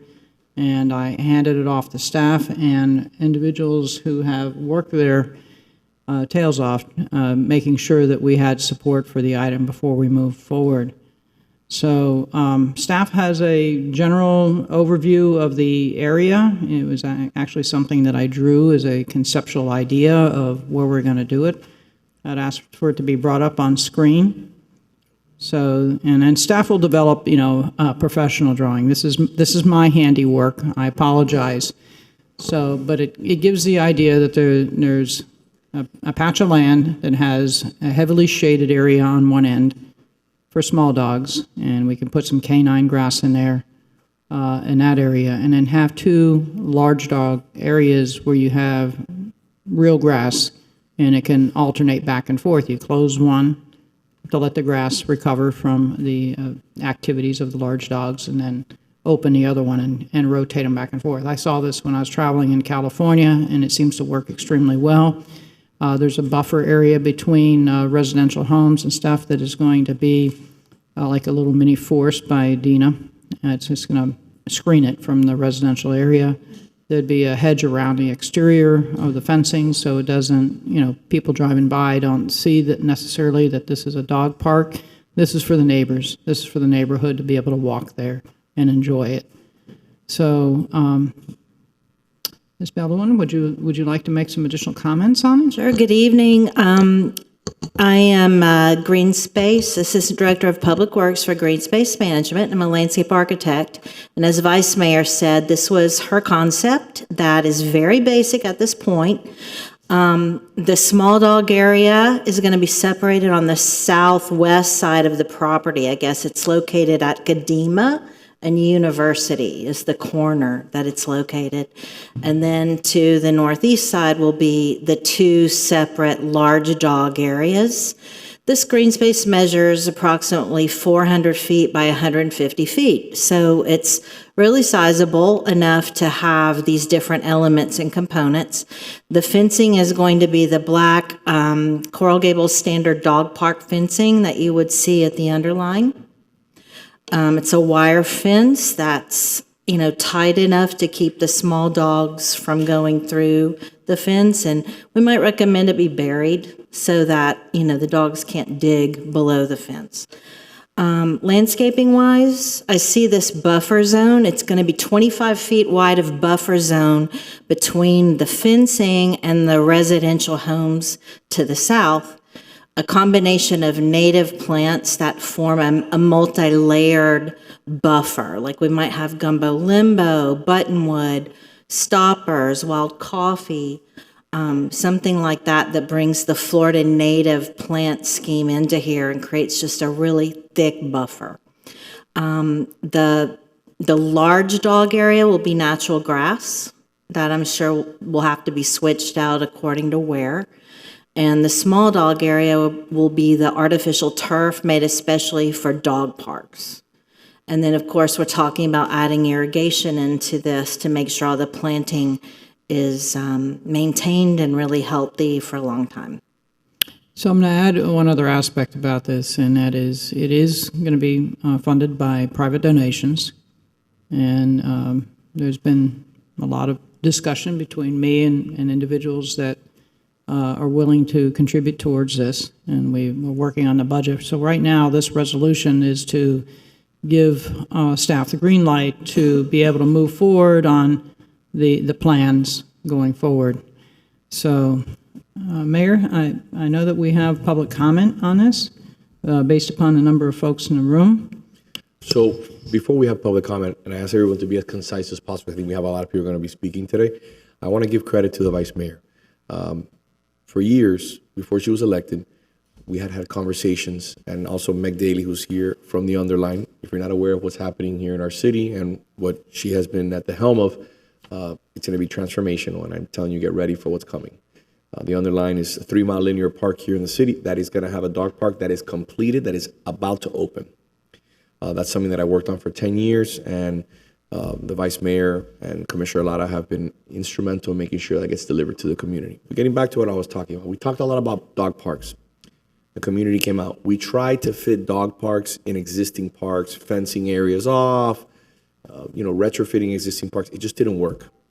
So my understanding is that right now we have how many, including the Underline, on the way? Underline's on the way. We have one at Salvador Park. There's that one at off of Ponce that is there. We don't know what's happening with the property yet, but that one will be a future dog park. There's tiny ones inside of some developments, but that's where we're at right now. So the goal of the commission is to try to open up a few more dog parks here in the city. And there's going to be an announcement pretty soon on something that I've been working on for the last decade, on a big piece of property that's going to come into the city's hands from the private sector. We should be announcing that next month, Mr. Manager, God willing, and it's going to be a transformational piece of property. It's going to be the largest piece of property in private hands that is left, And it'll be the largest green space probably that the city's ever accepted, almost 6 acres. And that is something that I've been working on for a long time, and we're very, very close to finalizing. I think the negotiations, the terms are finalized. Now we're just in the process of papering it up between lawyers. So it's going to be, and it's not going to cost the city $1, just development rights. So why am I telling you this? I'm telling you this because you have elected officials that are listening.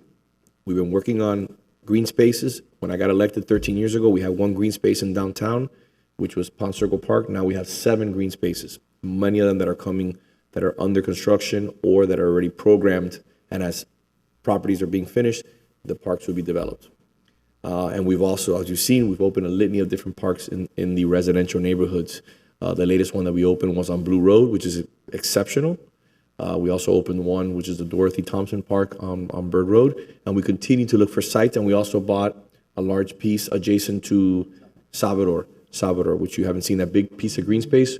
Well, we were able to acquire that piece of land. So I tell you this, and I bring this up because we need eyes and ears on the ground.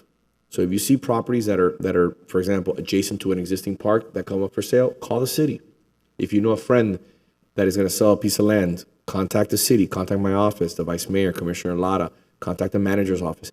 Let us know before somebody else scoops it up, because we are looking for parks, but there are guidelines, and our parks director can explain it to you later. It's got to be within a certain distance of where we don't have parks. So we're looking for green space. We want to continue to buy green space. It's a big priority.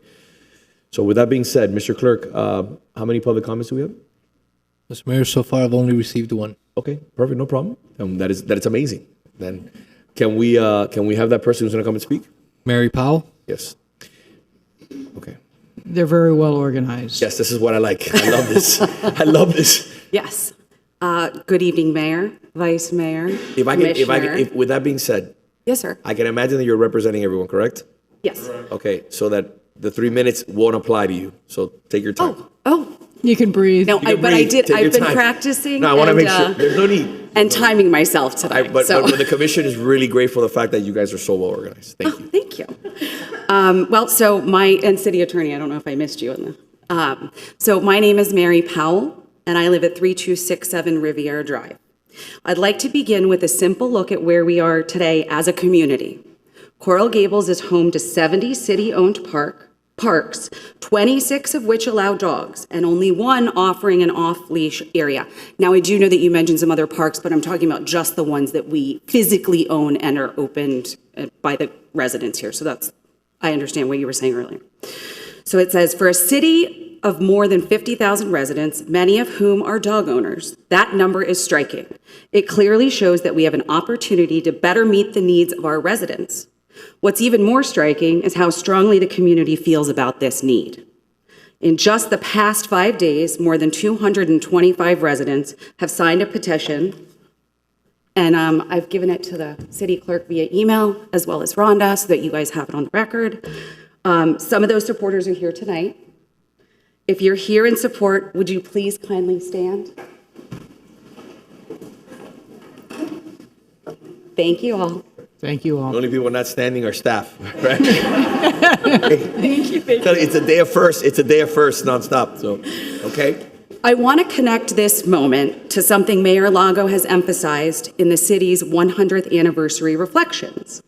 Coral Gables has always been shaped by bold, community-driven ideas that honor our past while investing thoughtfully in our future.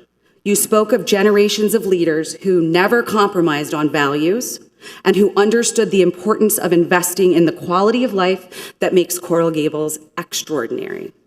Creating a permanent dog park reflects that same vision, a small project with a meaningful, lasting impact. Vice Mayor Anderson also said something very important. Dogs need exercise too, and walking around the block isn't going to do it. She's right. A purpose-built, off-leash space isn't just convenient. It's necessary for safety, health, and community connection. This isn't a divided issue. It's one where residents are showing extraordinary unity. They've asked for this, they've signed for this, and they've shown up for this. City Manager Iglesias has said proudly that Coral Gables is a small city that works like a big city. To that end, A well-designed, centrally located dog park is precisely the kind of quality of life investment that great cities make. This is the right project, in the right place, at the right time. And so tonight, on behalf of the more than 225 residents who signed this petition, the many supporters in this room, and the countless neighbors who will benefit from this amenity, I respectfully ask you to vote in favor of creating a permanent, thoughtfully designed, off-leash dog park at this site. Thank you.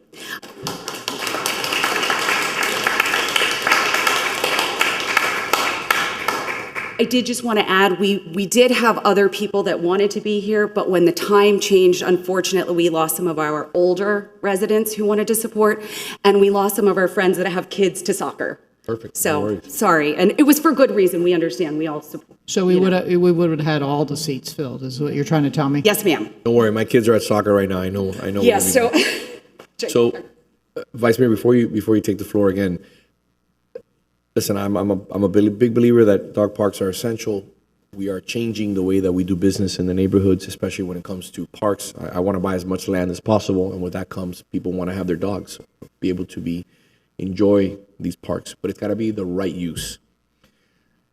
We've had this conflict, and you've dealt with it, and so have you, where people want to take their dogs. Certain people are following the rules, some people are not, and I'm not even talking about the people who have dogs. I'm talking about the people who don't have dogs. And we get into this conflict. I think through the leadership of the Vice Mayor, I think we have a solution. And, she's worked incredibly hard, and I want to thank you again for your hard work on this. Because sometimes it's very difficult to bridge the gap when, people don't want to see something happen or see us evolve. They have concerns. Just like we did with the sidewalks on Alhambra, where we were able to get the sidewalks on Alhambra, those 3 blocks of sidewalks done, it took time. We had to knock on the doors, explain to them. We went with staff. We sat down with them. And I think this is what you've done here, and it's a prime example of why we have so much support. And I think the big thing for me is seeing friends like Sam, who are here with us, people who live in the neighborhood, people who are not only going to potentially use the dog park, but are people who are engaged in the neighborhood, people who have an understanding of what the neighborhood really wants. So, Madam Vice Mayor. So I'm going to add to your statement about land. I mean, there's this centrally located one is centrally located for folks between like Bird and Coral Way. We are looking for properties up around Venetia Terrace. We need properties in other locations. God willing, you are successful on another piece of property. There's plenty of space there for another dog park back there. The idea is to have something walkable, so you don't have to load your dog in a car and have to drive necessarily to a dog park. So the underline is going to be another fabulous amenity where this socialization can happen. And it was very, very apparent during COVID that people were meeting and letting their dogs run loose in parks that were not supposed to be dog parks, but the social interaction was not just beneficial for the dogs, it was extremely beneficial for the people there. The social connection between neighbors was immense, and it was, I think, healing too for the neighborhoods. So I'm hoping that this can help us all work together and have a better community. So thank you for being here. I'll move it. It's up to you to Mayor, second can I it. just read it? Yes, ma'am. Can I read it into the record, just for, yeah. Oh, yeah, it's true. Minor details. No worries. F4 is a resolution of the City Commission authorizing city staff to move forward with the development of a dog park on the city-owned parcel located at 520 University Drive at the corner of Segovia Street and University Drive, providing for design parameters, including landscape buffers, screening, and materials, and providing for an effective date. Okay. Commissioner Lara? Yeah, I wanted to say, and it's been a day of an extraordinary day of having the residents come together in a way that we haven't seen in a long time. 760 Pod. Exactly, right? Where you have passionate residents who are very dedicated, respectful, and committed to trying to improve the community they love, they live, not only for themselves, but for their neighbors. And so you mentioned sidewalks, right? So one of the things about sidewalks is it's all about connectivity. So the community becomes a smaller one, even as we increase the number of people that we meet and that we interact with. It becomes smaller, ironically. And, you know, the vice mayor made an excellent observation as well, because it's a sense of community for the people that go to the parks with their dogs. Sure, the dogs are going to socialize and they're going to know their neighbors too. But the people who are the dog owners are going to be also socializing in a way that the city always has room and need to improve and increase. And I think that Ms. Powell's points were really well put, you know, during the public comments, that a sense of community goes all the way back to the days of George Merrick. And that's what makes us unique and makes us stand above the rest, is that we have residents who don't just live in a great city, but because they live in the city, they make the city a great city. And I know that each and every one of us is very proud to call Coral Gables home. So I applaud my colleagues who have been here so much longer than I have and have accomplished so much for the betterment of the city. So thank you, and thank you very much for all you've done. No, thank you, Commissioners. You can tell, you know, he's been doing a great job since he got elected, and you can tell you have your elected officials here who are putting their best foot forward on all these issues. So I want to commend both of you. Thank you again. You have a motion on the floor. Would you like to make a second? Second. Mr. Clerk, no further public comment, no comment from staff. Can we have a vote, please? Commissioner Lara, Yes. Vice Mayor Anderson, Yes. Mayor Lago. Yes. Thank you for this opportunity. A lot of great things are happening in the city, as we told you, and I want to thank you for being engaged. This is what I hope and I wish, and I say at every single commission meeting, I say, show up, give us your opinions, even if it's contrary to the way we're voting. At the end of the day, this is what makes Coral Gables special. So I want to thank you all. God bless, and God bless the United States of America. Thank you. Thank you. Thank you.